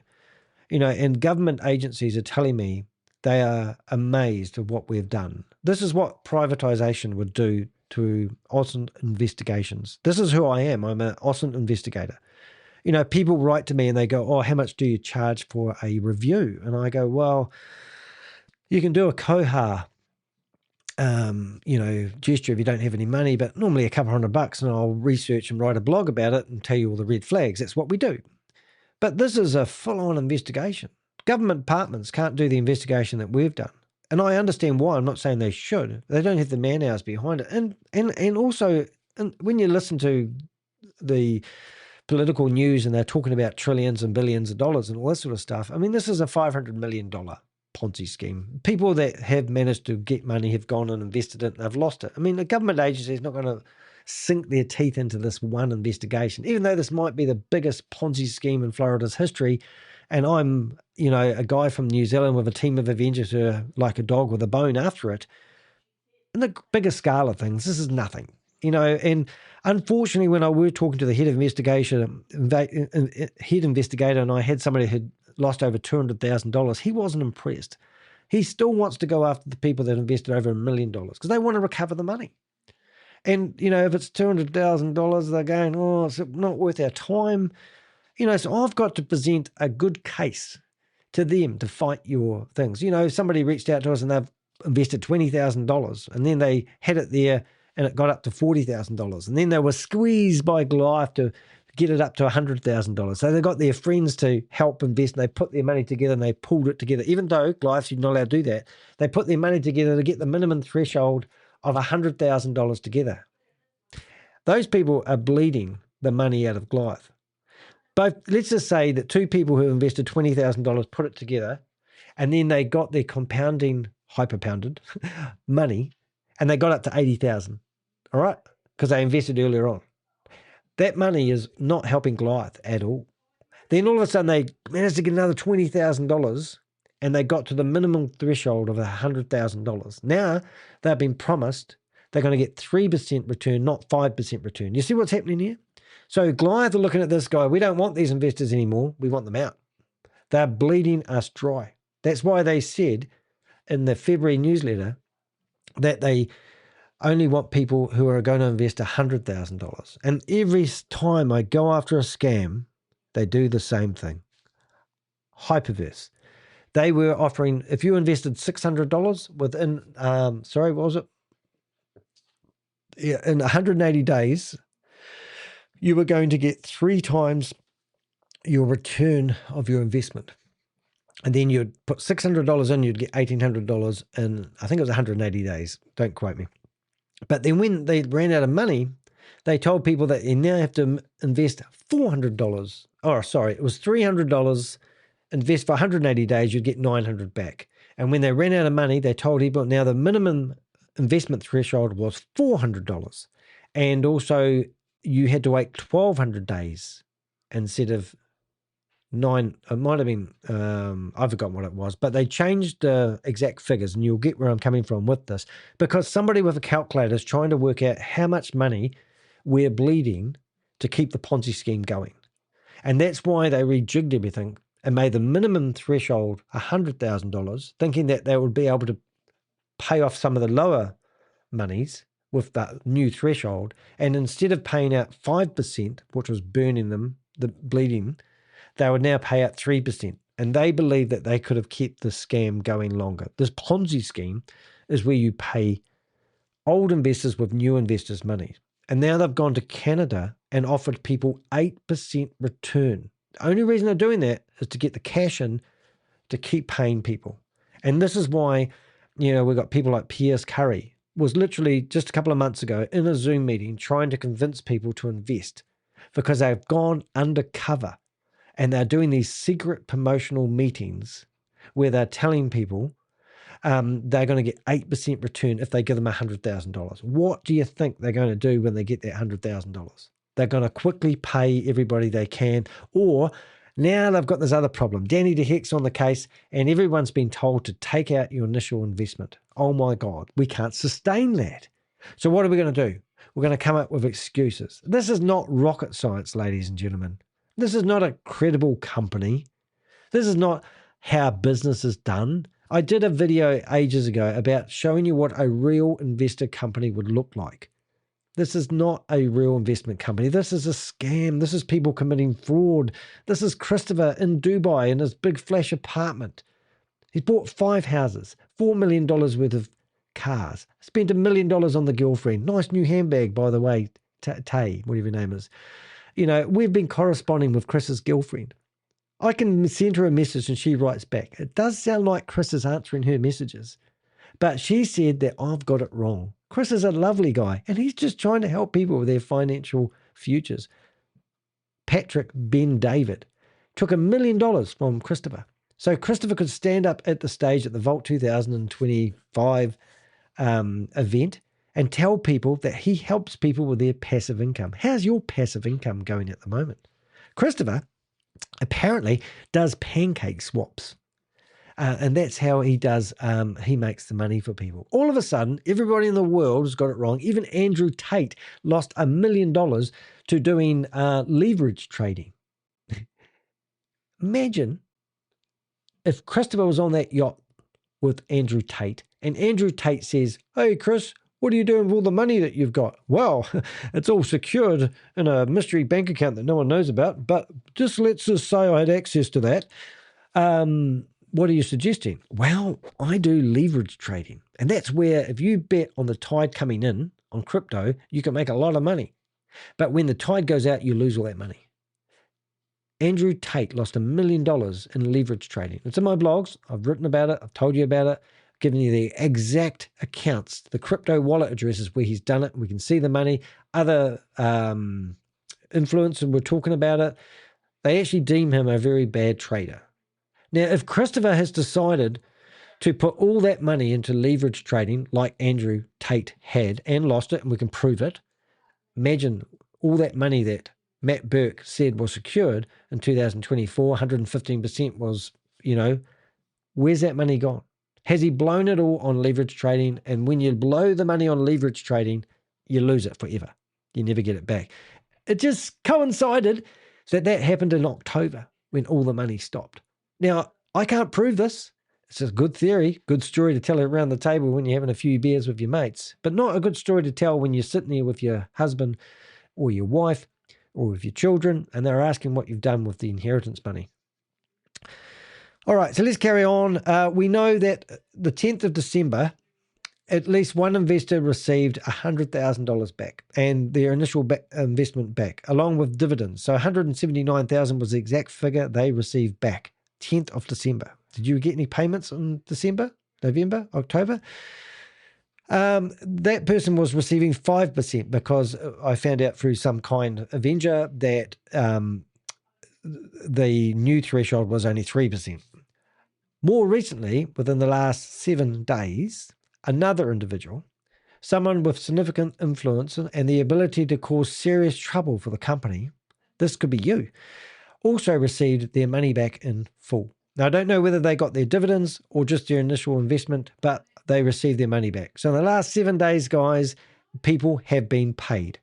So this MSB is eating the sock. Pixel eating the sock. These facts matter.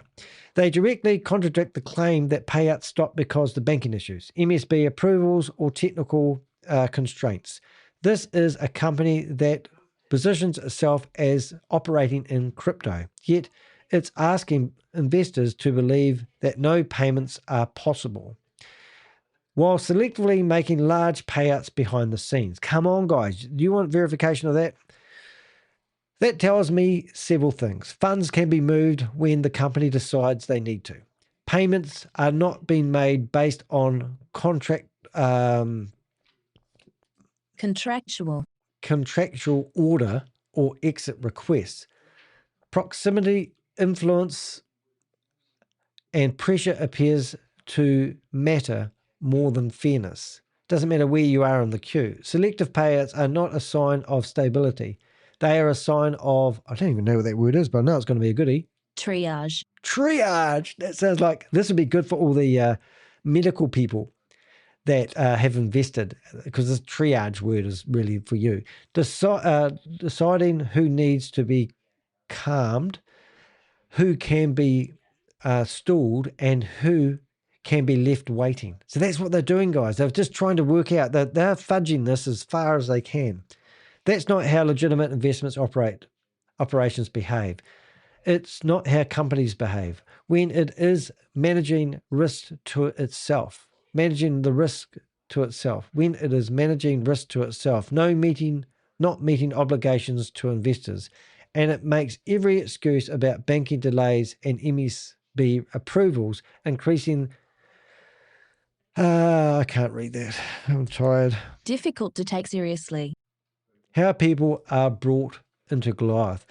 This didn't spread through cold advertising alone. It spread through trust, and that distinction matters. Now, people often say to me, I just did I didn't read it all, but there was a 303-page report done on, crypto crime and how, unfortunately, the governments can't keep up with the change and how we need to go real time. I really believe in that, And I was talking to somebody about it, and I said, the whole scam world is all about trust. It is about talking to somebody until they trust what you say or they believe what you say. And that's how these scams get traction. People were handling the money to strangers. People weren't handling money to strangers. Sorry, I have to read it. I can't get it right. People weren't handing money to strangers. They were introduced by people they already knew, people they trusted enough to believe, people they didn't think would ever put them in harm's way. That trust came through. Yeah, now the person I was speaking to this morning, before they even opened their mouth, I said a couple of things. Did you receive Eric's email? And they went, yes. And I said, did you invest through Mike in Canada? I think it was Canada. Anyway, they said yes. And then I said, and who introduced you to it? Oh, a friend. That's what they said. And I said, so do you want to give me the friend's name? And I said, you don't? Well, you do. I said, did your friend receive a commission for introducing you into it? Or did they receive more of a percentage because they introduced you into it? And he said, yes. So that's the problem we have. And I said, so you want to protect your friend and you want to basically, so what I basically said, and I was a wee bit rude, I must admit. I said, do you want to protect your friend and forfeit your money? And they said, no. And I said, well, I'll need to know your friend's name. So this blog is going to give you a list of things that we can help you with. And this is a list that we've put together that we want you guys to complete. Now, what you can do, there's a couple of ways you can give it to us. And I'm sorry this is going to be a long blog, but hey, pretend this might save you $100,000. Okay, so trust come through friends and family member. Unfortunately, that's how these work. And that's their biggest protection of anyone reporting them.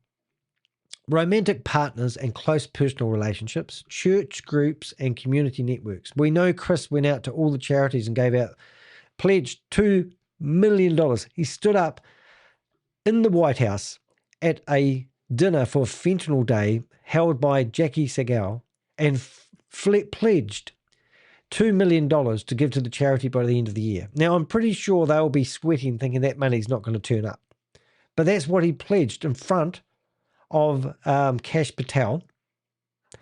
I don't know if Donald was there, but he paid $250,000 to get himself in the White House, so we heard. Not sure about the figure or how much, could be wrong, but that's what we heard, to be in attendance. Stood up like a monkey and pledged $2 million to Fentanyl Day to donate to the charity so that his voice could be heard. And I can't see some other stuff, but he thinks he's covered himself with the FBI. Let's just say that. So, long-standing social and professional connections. So he's got involved in all the charities. He's got involved in community networks. Ironically, photos come out on their social media claiming that they were in the White House for Crypto Day. So a week later, it was Crypto Day, and here's Christopher posting using the same photos. Alleging that he was there for Crypto Day when he was there for Fentanyl Day. This is the guy that you trust. Now, even to take it down another step, all their social media has been scrubbed.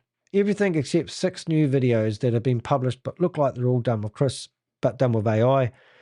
Videos of claiming that they're building their headquarters in Florida when they've shut down the company. There's so many red flags here, I'm having a field day. So Christopher's scrubbed all their social media, made a whole lot of claims. Why would a legitimate company do that?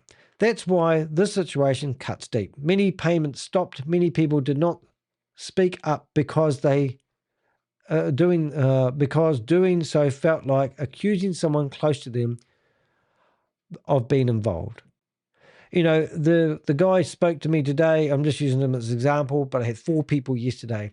Basically claimed that he would feel embarrassed and he doesn't want to be connected to Goliath Ventures in any which way or form, even though he's invested. And I said, what have you done wrong? You've just invested money in what looked like a legitimate investment. Why would that tarnish your reputation? In fact, it might elevate it because you spoke up. But these people are going, I don't want my name mentioned. I asked them if they wanted to be interviewed by one of the biggest reporters in the world. And they said, only if it's anonymous. I said, why do you want to be anonymous? Why don't you want to say, I looked at this company, it sounded plausible to me, and I invested in it. I were receiving some dividends, and then it stopped. And now I realize that the company was a fraud. Why don't you stand up for what you believe? And they don't. They don't want to. And I said, think about it. I can put you in touch with some massive influencers, and I've got a massive reporter that specializes in this sort of stuff, and he would love to talk to you and hear your story. Even if, what have we got? Unintentionally. Even if unintentionally you invest in this. Silence wasn't agreed. Did I read that? I might have already done that. So it says silent wasn't agreement. Silence wasn't agreement. It was conflict avoidance, mixed with shame and hope that the problem would quietly fix itself. Yeah, I've got no shame, they tell me. But while investors stayed quiet, something else happened. Many of the names that once promoted Goliath began to fade from view. So as I mentioned, all those people that we've got on the screenshot here. These names have all been now scrubbed from the website. Even though their names are here, we know these people have moved away. Titles were softened. We've now got a lawyer writing, a defense lawyer doing the correspondence for Goliath Ventures, and you're still happy to listen to that. Public profiles were cleaned, associations were quietly walked back, responsibility became harder to pin down just as questions become unavoidable. The money didn't disappear quietly, the people did. The contrast matters because it shows who absorbed the risk, who stepped away from it. Why coming forward now actually matters. Investigations do not move on opinions, anger, or online discussions. They move on evidence that can be checked, cross-referenced, and verified. What was changed in recent weeks is not the situation. What was charged in, oh goodness me, I'm no good today. Changed in recent weeks is not the situation. I'm just going to remove somebody. Ban him, and get rid of him. Yeah. I'm just going to read it. It's the quality of information now coming in. Instead of isolated stories, people are providing documentation that lines up across accounts and timelines. That's when patterns stop being deniable. The information that matters most includes. Yeah, I mean, you probably don't realize the importance of this type of information, and this is why they're literally paying people off. So you could do one of three things. You could actually write them a letter of threat saying that you are going to blow the whistle. You could get paid. You can write to one of the lawyers that we've got in this Word document I'm about to show you, and they could basically calm the farm. They could relay messages back to Chris, and he would pay you to shut you up. I've seen it before, time and time again. Or you could just come to us with everything. And I've got the questions that we need, and then I will package this up. I'll do a video if you give me back-end access. I would recommend not doing that exit strategy until you give me back-end access of your advertising portfolio with Goliath Ventures, so I can record a video and screenshots and put it in your evidence package that I give the head investigators. So contracts and agreements, even if they were informal, correspondence, emails, that's what we want. Proof of payment, very important things. We can see the crypto addresses, bank transfers, whether you're with JB Morgan or whether with the Bank of America or Luminous Bank. I say that with laughter. Proof of payment, we want to know how you did it. Crypto wallet addresses, what you're instructed to do. We've got 3 videos on my YouTube channel, which you don't normally see. If I go to here, so we've got 3 videos of Mike, the Ferrari driver, shorts videos. I think they're here. Have I got them there? Are they in shorts? Maybe they're shorts. Yep, here they are. So we've got these videos here of Mike. Now, in order to get your wallet address to receive USDC, your monthly distributions, what you're going to do is hit transfer. So you hit home first and then transfer, hit receive crypto, click. So these videos are very important to us. And here's a video of Mike showing people how to transfer money around. So we've got these videos and we've got full access to a lot of stuff like that. So wallet addresses and transaction hashes, we've gone through them all. For a company that's meant to be working in crypto, which I don't believe they are, there's nothing really for us to go on. There's no big pile of crypto sitting anywhere in any super wallet address that we can see. That would mean to me this is a straight Ponzi scheme.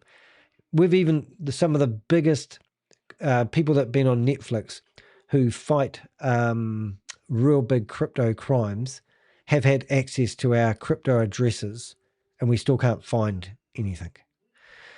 So messages and emails, we want them all. Clear timelines showing when payments were stopped. We want that. Names of introducers, sponsors, and intermediaries. People like Eric. If he's been corresponding with you, we want to see that correspondence. 4 months, people waited on their own. That protected the company. What changed outcomes is people coming forward together. So we know that, I wouldn't say all the money's gone. Somebody said to me, oh, they've still got money. And I go, what, they're going to recover 30? million from Chris's houses and cars and repossessions. So that's not going to be enough to find $500 million worth of money that's gone AWOL. Christopher, in my opinion, will be hiding this money as smartly, as clever as he can. So when he comes out of prison, he'll have a wee nest egg. That's what people do in the criminal realm. With records that show the same explanations, the same delays, and the same, what have we got? Contradictions repeating across different investors. And we can see how desperate this company is getting right now, because what literally is happening is we're seeing the same excuses fed down the line. And even if I speak to someone who's new and they tell me they've been told this, I know where it feeds back to. And at the moment, it's kind of like we've got the audit, we've got the Danny's frozen the bank account excuse, we've got the MSB license excuse. All these excuses are coming to everybody now. It used to be just one excuse, whatever. What the intake progress is designed to do. Goliath Ventures Victims Intake Evidence Collection Form. Now, we've got the live version, which you can click on here, and this will take you to a document which I'm updating in real time. Now, this is what you want to do if you lost your money. And I know this is at the end of the video and you're probably tired of listening to me. Well, I'm tired of listening to me as well. Goliath Ventures Victim Intake Form. Before I can help you, I need to be very clear about how this works. I am receiving a large volume of messages and I simply don't have time to chase independent stories or vague claims. I need the hardcore facts. If you want me to take your matter seriously and bundle it for investigators, you must be prepared to answer the questions below and provide supporting evidence where possible. If you are not willing to do this, I cannot help you. And that's not personal, it's practical. Please answer all the following questions. So I want to know your full name. I've got one person that started corresponding me with one name and now it's changed to another name. But because they use the same email address, I realize it's the same person. Okay, I understand that. It's a pain in the ass. I create different folders for each individual person so I can find it quickly. And when I'm messaged by the investigators anything, I can just slide it into the Signal. We use Signal all the time. We need to know what country you reside in. Now, it was interesting the other day, we heard correspondence from Chris claiming that he hasn't got any investors in the UAE, which is quite interesting because we're hoping that there might be a disgruntled local UAE investor, but we heard that he hasn't got any investors. The date when you first got involved, the full name of the person that introduced you or sponsored you into Goliath, and it's critical. I know it might be a friend or somebody you know. It's not. You can't tell us it's a friend. We don't care about your name of your friend. I don't care. It's just helping us. It's a piece of the jigsaw puzzle that we need. We probably already have that piece. But we want to know, we're finding clusters of people with information that's really important to us. Their role or title as it was represented to you. Were you informed correctly? This will help you. Whether a director at the time or a partner services person, because they changed when Christopher told everyone to set up their own company. The initial amount you invested. We don't want to know how much you were promised. We want to know if you put $30,000 in and you got up to 50 and then you reinvested. I don't want to know. I want to know the initial amount you invested, the dates and the payment and how you paid.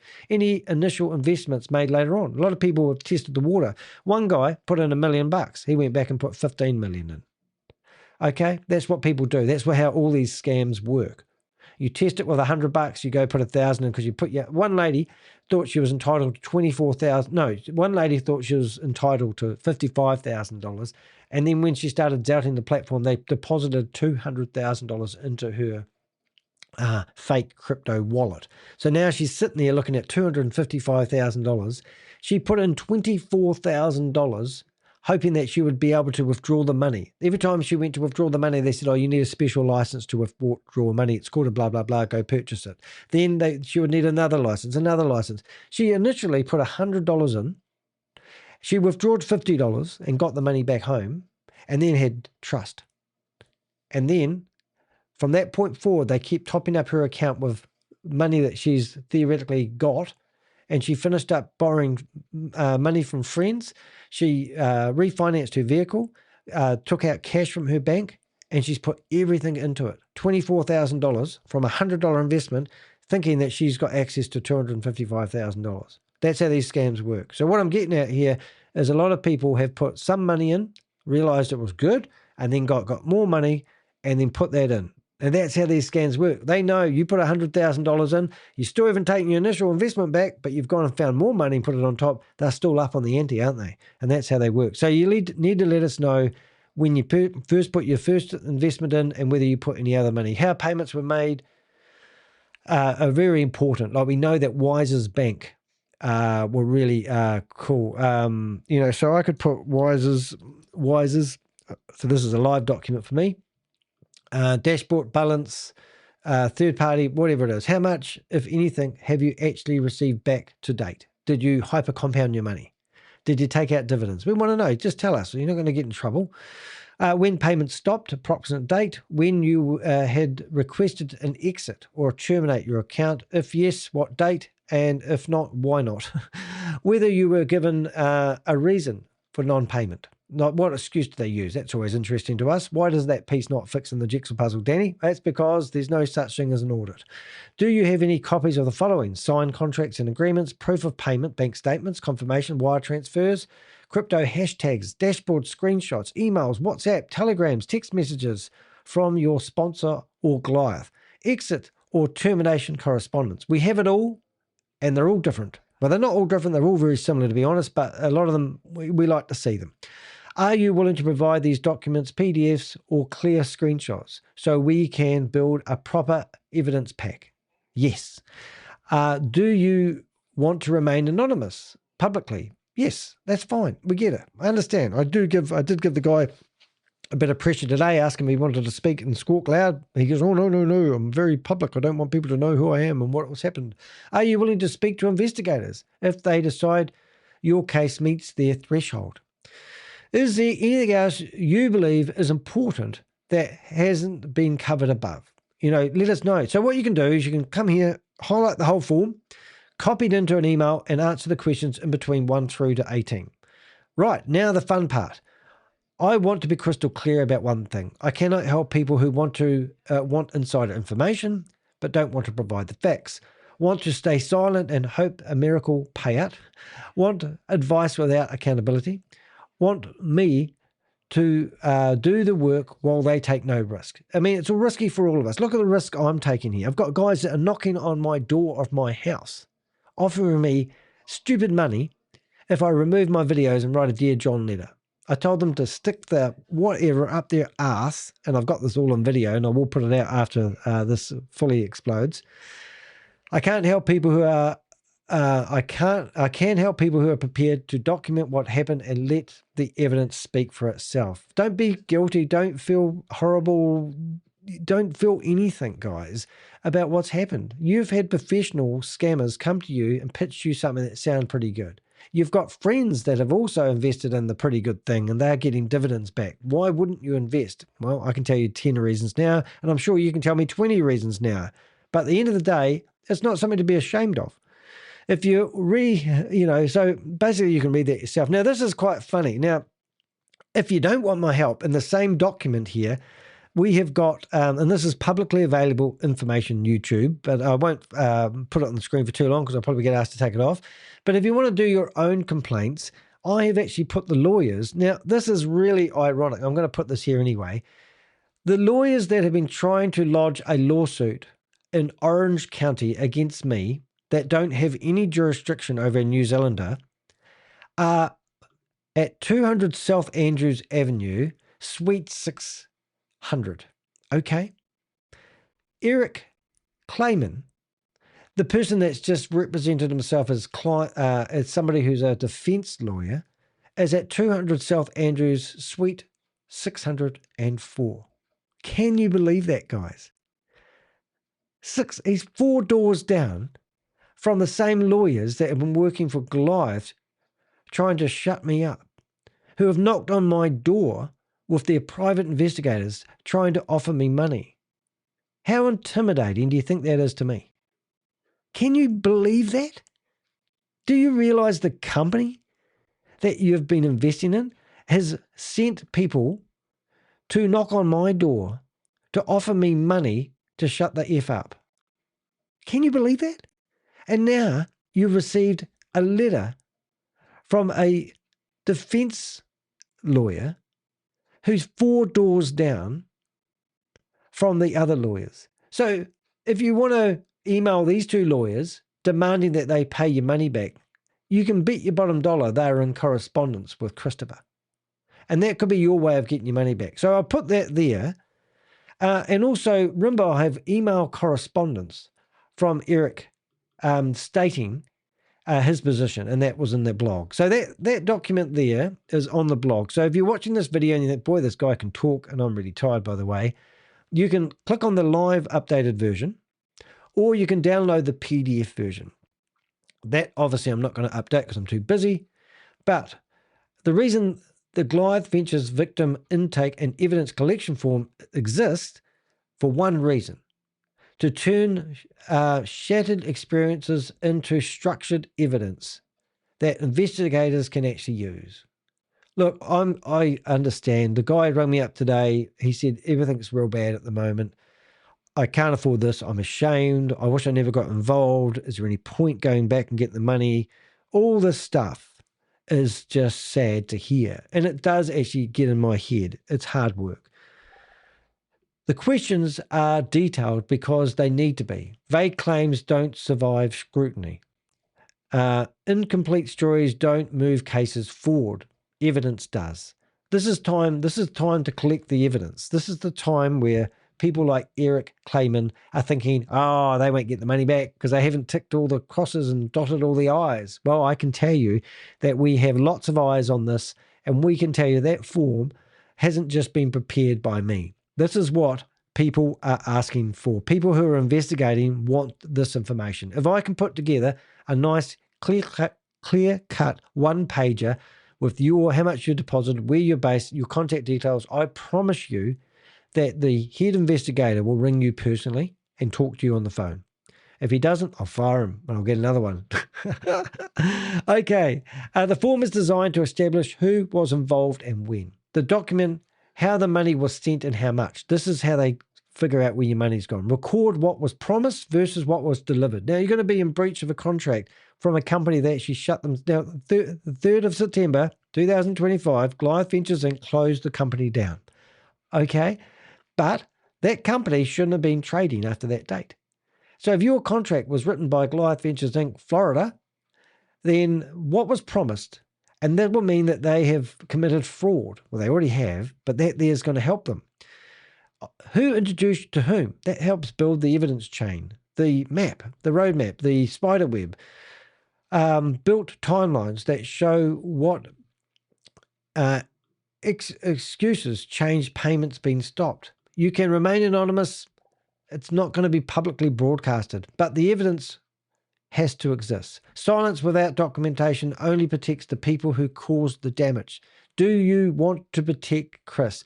Do you want the pink flamingo that's holding Chris up in the picture I showed yesterday to protect Chris? Well, do you want to stab the pink flamingo and get rid of it? I'm going to actually bring that picture up. It's such a scream. I just did it yesterday, so it should be pretty handy. Let's have a look. Documents, downloads.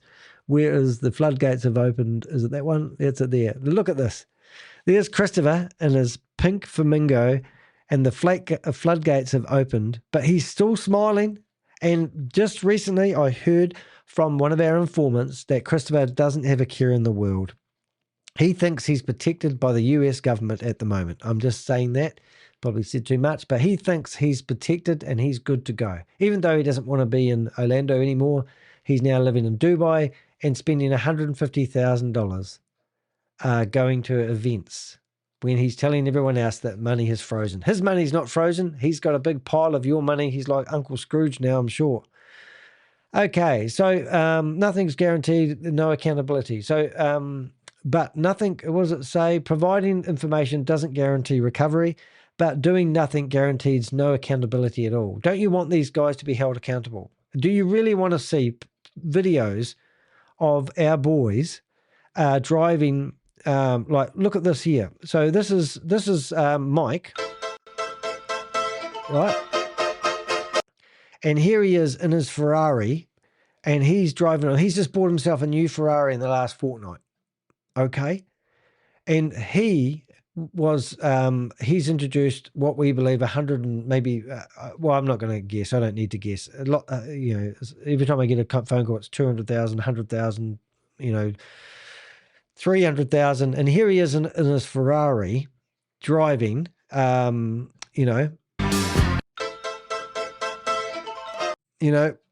got a rich bit like Abba, money, money, money. So do you really want him not to be accountable, or do you quite happy for him to drive around in a Ferrari that you've paid for?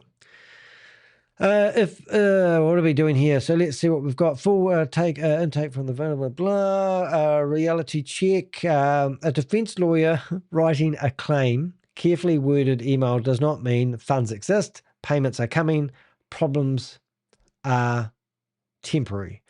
It means pressure is building and someone is trying to slow it down. Audits don't explain missing money. MBS applications don't justify non-payment. Legal language does not replace transparency. If the money was really there, it would already have been paid. It's quite simple. That is the question the email never answers. Now, it's really that simple, guys. If the money was there, you would have been paid. You're telling me that a crypto company can't figure out how to pay investors? Come on, wake up and smell the coffee. Now, on the bottom of this blog, I have actually still left the recovery WhatsApp group. You can go in there. We will scrutinize you before we add you into the group, but you click on that banner and you can go into the recovery group that we've set up. Recovery does not mean funds. It's a WhatsApp group. We're just making it there so people can set up accounts and come and chat to us. That's really nice. As I've said previously, this is my 27th blog and 27th main video, a big video I've done, exposing these people. Previously in this series, so we looked at the contracts. They were crap. They said they had a compliance. It was an illusion. They said that we were trying to run a smear campaign for whatever reason. They actually said that we were jealous. They had a bookkeeper, Nadia Bringas. I'm sure you've dealt with her. She was a bookkeeper running a company that's turned over $500 million. She actually works for Harry Samuels, and he's been setting up all these LL companies for everything. So Nadia Bringas, you might think she works for Goliath. She actually works for Harry Samuels. It's on his website. Fake audit, we talked about that now and previously. That was done by Matt Burke. Missing FinCEN registration. Anyone, Matt Burks, Pierce Curry, they don't have licenses to handle money. They aren't licensed. They have no FinCEN registration. Clawbacks, how that works. You might be sitting pretty thinking, oh, I got out in time. I made money. Well, we've got you on the persons of interest list. If your names come up in any WhatsApp group, any Instagram group, we've got you. If you're friends of Christopher on Instagram, I had somebody tell me the other day that they were suddenly removed from Chris's Instagram account. And I go, oh, really? That's interesting. But yeah, he's trying to cull out people who he believes feeding us information. However, if you are friends of Christopher's Instagram group, we have access to it, even though I don't. My Avengers do. And they are going through and they're looking at all your photos of all the things that you've done. And if we find you at an event with Christopher, traveling with Christopher, or whatever you're doing with Christopher, even going to a dinner or having a farting competition with Christopher, we're going to put you on the person of interest list. Okay, unregistered security problem. Are your contracts legal? No, they're not. What a real financial company would look like. Well, I can tell you how they won't be acting, like this one. Stolen money and gifts. So people that have been benefiting from association with Goliath Ventures, we did a whole series on that. We've got photos of the FBI Director Kash Patel, Ron DeSantis, Andrew Tate. At one point, somebody said, Ron's going to ring you up and talk to you, Danny. I go, oh, that sounds cool. Andrew Tate, we showed you the involvement with Andrew Tate. Then they tried suing me, a journalist, sued for telling the truth and reporting the facts to shut me up instead of answering my questions. Well, that was a really, really, really good one. 3 copyright strikes. We've actually had 4 that came in from Goliath Ventures. All of those have been overturned, and we've been awarded those videos back because it's lies. Since I've been recording this, doing this series, my website had 2 months worth of denial server attacks. That means they were hammering my website to bring my website down for 2 months solid. They've finally given up. Google Project Shield now looks after my website and puts a barrier between my website and the real world. 4 copyright strikes from Goliath Ventures now. 10 copyright strikes since I've been covering this series. Not all of them from Goliath Ventures, but it's a dirty trick that people report my videos to. Crypto crash, $380,000 lost in a day in crypto. Sorry, $380 billion lost in a day in crypto.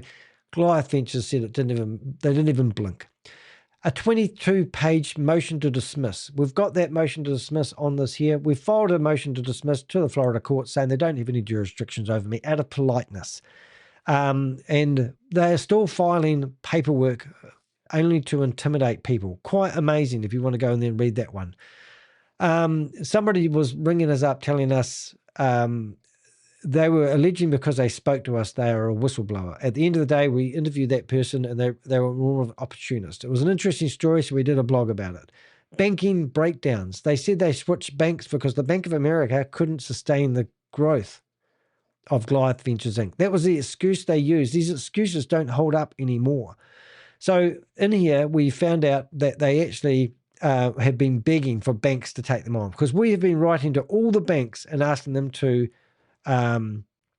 review why they've got Goliath Ventures as a client, and they have used our information and shut down these banks, and now they're claiming that the reason you're not getting paid out because Danny DeHeck froze the account. I've actually had some idiot from Canada send a very aggressive video telling me I'm responsible for him investing in Goliath Ventures and him losing all the money. If I didn't shut down the bank account, he wouldn't have lost his money. I didn't shut down the bank accounts. I just reported the banks. They froze the accounts. Then we've got another one which I really do like, and Stephen Davis. Stephen Davis paints himself as a hero, and often I go into this. This is Stephen Davis while I'm actually sitting on Stephen Davis's car.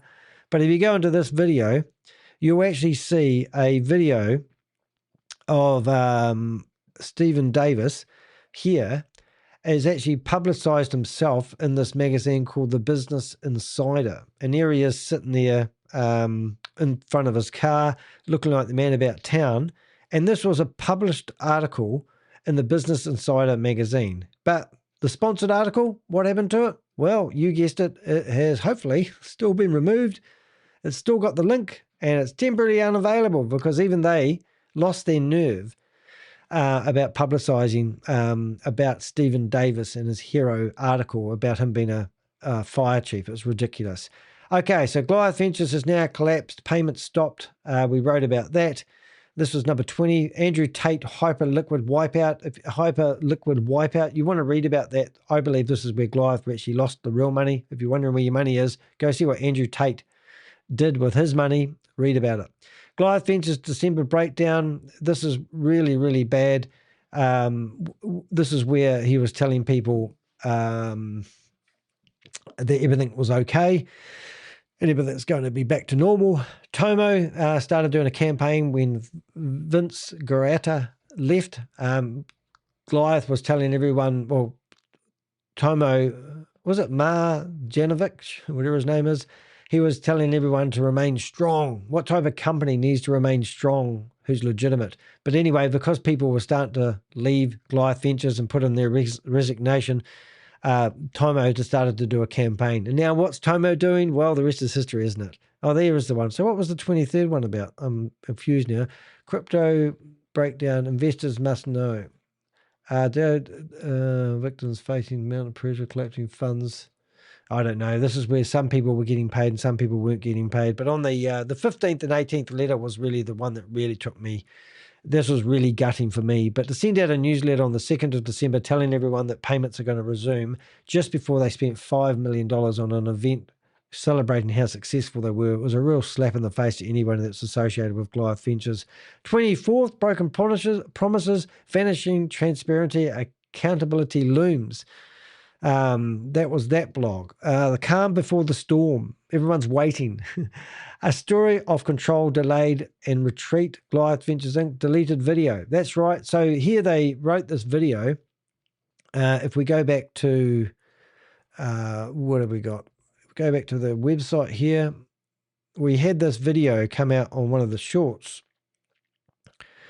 And the video was Christopher here posted this video. Only lasted 4 hours on the It'll internet. be a massive year for us. We have a proven method and model that's been tried and true through some of the biggest crypto collapses in the industry, bigger than the stock market. So for us, we've gone through every battle. We've won every war. We invested $8.5 million in downtown Orlando, purchasing almost 13,000 square feet in the Chase building. And we're excited because So that video lasted 4 days. The floodgate was removed. This guy was, and then we invested $8.5 million in downtown Orlando, purchasing almost 13,000. What we found is that we actually received anonymous videos from somebody who went into this $8.5 million complex and showed what the reality was. And this was on the 14th of January. Yeah, that's right, just a few days ago. So here's the inside of the building. So this is what we're getting. You're getting mixed reports. We get all sorts of reports.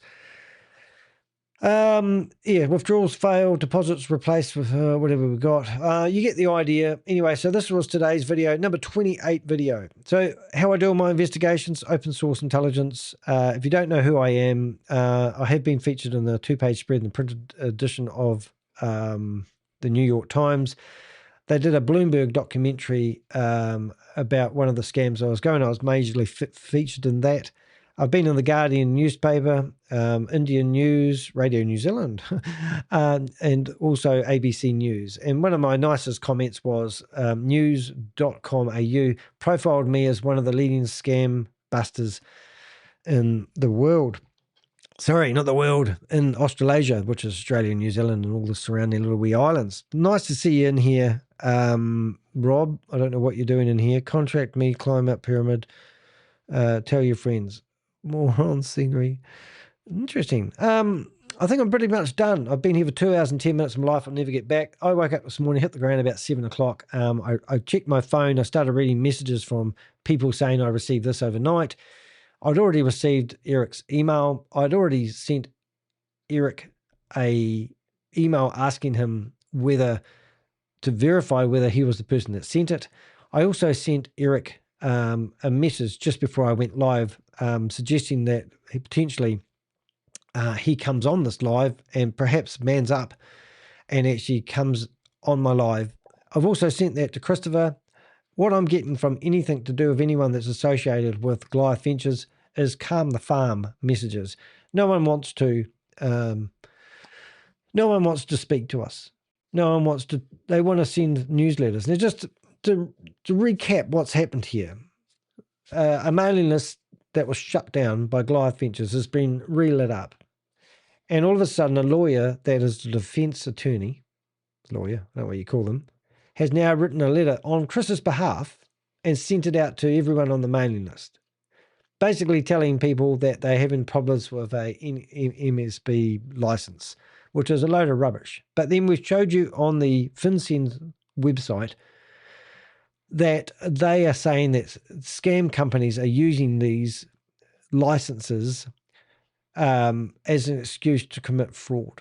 I'm not saying, well, I am saying that, aren't I? Well, there's no doubt in my mind that Christopher is running a fraud, one of the largest Ponzi schemes in Florida. So I'm sorry that you've lost your money. Now, if you want to do something about it, go to the description of this video, find the link to the blog, and in there you can download the PDF. If you want to remain anonymous, you probably haven't got a paddle. And was it you paddling a boat up a stream without a river? I don't know. But anyway, if you want to remain anonymous, that's your call. If you don't want to dob your friend in who's made more monthly dividends because he introduced you into it, that's your business. But if you really want to go after someone who's just stolen $100,000, $200,000, $1 million from you, I'm the man. I'm the guy that's talking to the head investigator. I'm the one that's been talking to government departments and Microsoft Zoom meetings. What are they called? Microsoft Team meetings. I don't like Microsoft, just saying. No offense, Bill. You're all good. Reach out to me. I'm here to help you. If you want to donate, somebody generously threw $50 at me before. I really appreciate that. The guy that rang me this morning, I was halfway through putting together this blog, and all of a sudden I realized I'd missed a Calendly appointment reminder. And, and I said to him, you want my help? You bypassed the part that says donate to me. but you want to engage with me. I said, imagine going to a lawyer and said, I want your advice. I don't want to pay you for it. But I do think that's quite funny. And I am a bit taken back by that. But if you come to my website and you click on appointments, you can go and make an appointment via Calendly. And I have this thing called an express chat. It costs me $15 US a month to actually have a paid version of Calendly. My last donation before this live was for 25 coffees. Thank you very much. From one of my Avengers. Thank you. That paid my car registration. And what else do I get? My car registration and my warrant of fitness. That money. That was the last donation I received. And today I got a new member. Somebody joined my YouTube channel. Thank you very much. That's very kind. Mike J. Lucky. And also I received a super super chat for $49.99. Thank you so much. That was really kind. And then somebody's come here and they've decided to click on here and booked some of my time. And here it says that there's a Koha-based contribution where I ask people if they want to, they can donate $50 to me, which is really nice for my time. 90% of people seem to not read that. Maybe I should put that higher. And I've got to be true to myself and true to people. I'm not doing it for the money. I don't really care about money, but unfortunately, I need money. When you click on Koha, you can see I currently have 34 supporters who have actually donated through that system. I do have this thing where I'm funding 50 full scam investigations. And what that normally means is I will actually investigate. So I've got 20% of my goal for $10,000. I've received $2,000 of money from people since, and this wasn't set up for Goliath, but I'm just giving this an example. Now I think I saw a donation come in here before, which is really, really nice, as well as one which I haven't seen. Oh, that's cool. That's cool. Oh, Charlie, that's another Avenger has donated to me. So there must be more people in the world. None of my Avengers have invested in Goliath Ventures, but they're the ones that support me. The other one that's quite nice, if you are on my website, there is buying me a cup of coffee. And this is how you can shower me. And I hate asking for money. And this one here is where I used to get all my donations from. Then one day, somebody reported my Buy Me a Cup of Coffee account, and I lost it. And it took me 3 months to convince them I'm not a scammer, and I'm actually a good person doing stuff. So I lost my main source of income, which was this. So you can come along to here and you can buy a $5 a month, what I call a scam sniffer account, or a digital sleuth that pays $10 a month, or a Ponzi slave for $15 a month. And that's via Buy Me a Cup of Coffee. Now, just before I went live today, I published this blog. So you can see here that I published the very blog that you're looking at in my Buy Me a Cup of Coffee section, and it gets emailed to your doorstep. And then people can click here and they can watch me for $15 a month. And there it is. And that's how I roll, guys. Now, I don't get YouTube dollars. I don't get many people looking at my YouTube channel. In fact, I get about $300 or $400 a month from my YouTube videos. And that's kind of how I roll. Now, if I get rich and famous, I probably won't tell you guys. But there will be signs. But I don't care if I don't make a cent out of doing this Goliath Ventures thing. But what I do care about is you guys letting your $100,000, your $200,000, your $1 million disappear. Don't do it. Fight back. Let me help you. I'll put together a pack for the head investigator with all your information in a format that they like. The first person that we put to our investigators decided it would be a good idea to send 20 emails to the agents. Don't. the agents come back and said, stop, we don't want your emails. And then they go, oh, I'm sorry, because they were embarrassed. It's not every day, you know. I know how these government agents want their information delivered. I'm just offering to help you. Don't donate. It's fine. I won't ask you for money. I hate asking for money, but I do need money if you want to give me some money because you've lost hundreds of thousands of dollars and I'm probably your only shot at getting it back. Okay. But I can put it together in a way where it can be presented nicely. I promise you, you give us the information, and they have promised me that they are going to physically talk to people on the phone and help them. WhatsApp group. Anyway, that's my message. I will see you in the next video. All right. I don't know. Do I answer this message? What's the time? 3 o'clock. I can't do an Avenger call. I've just got my Avengers ringing me and I want to take the call, but I'm live. Yeah. All right, guys. That's me. I hope you enjoyed the video and we'll see you guys in the next video. If you do reach out to me, I will keep it anonymous if you want. I'm not here to broadcast you, but please do not do nothing. See you in the next video. Don't let time be your enemy.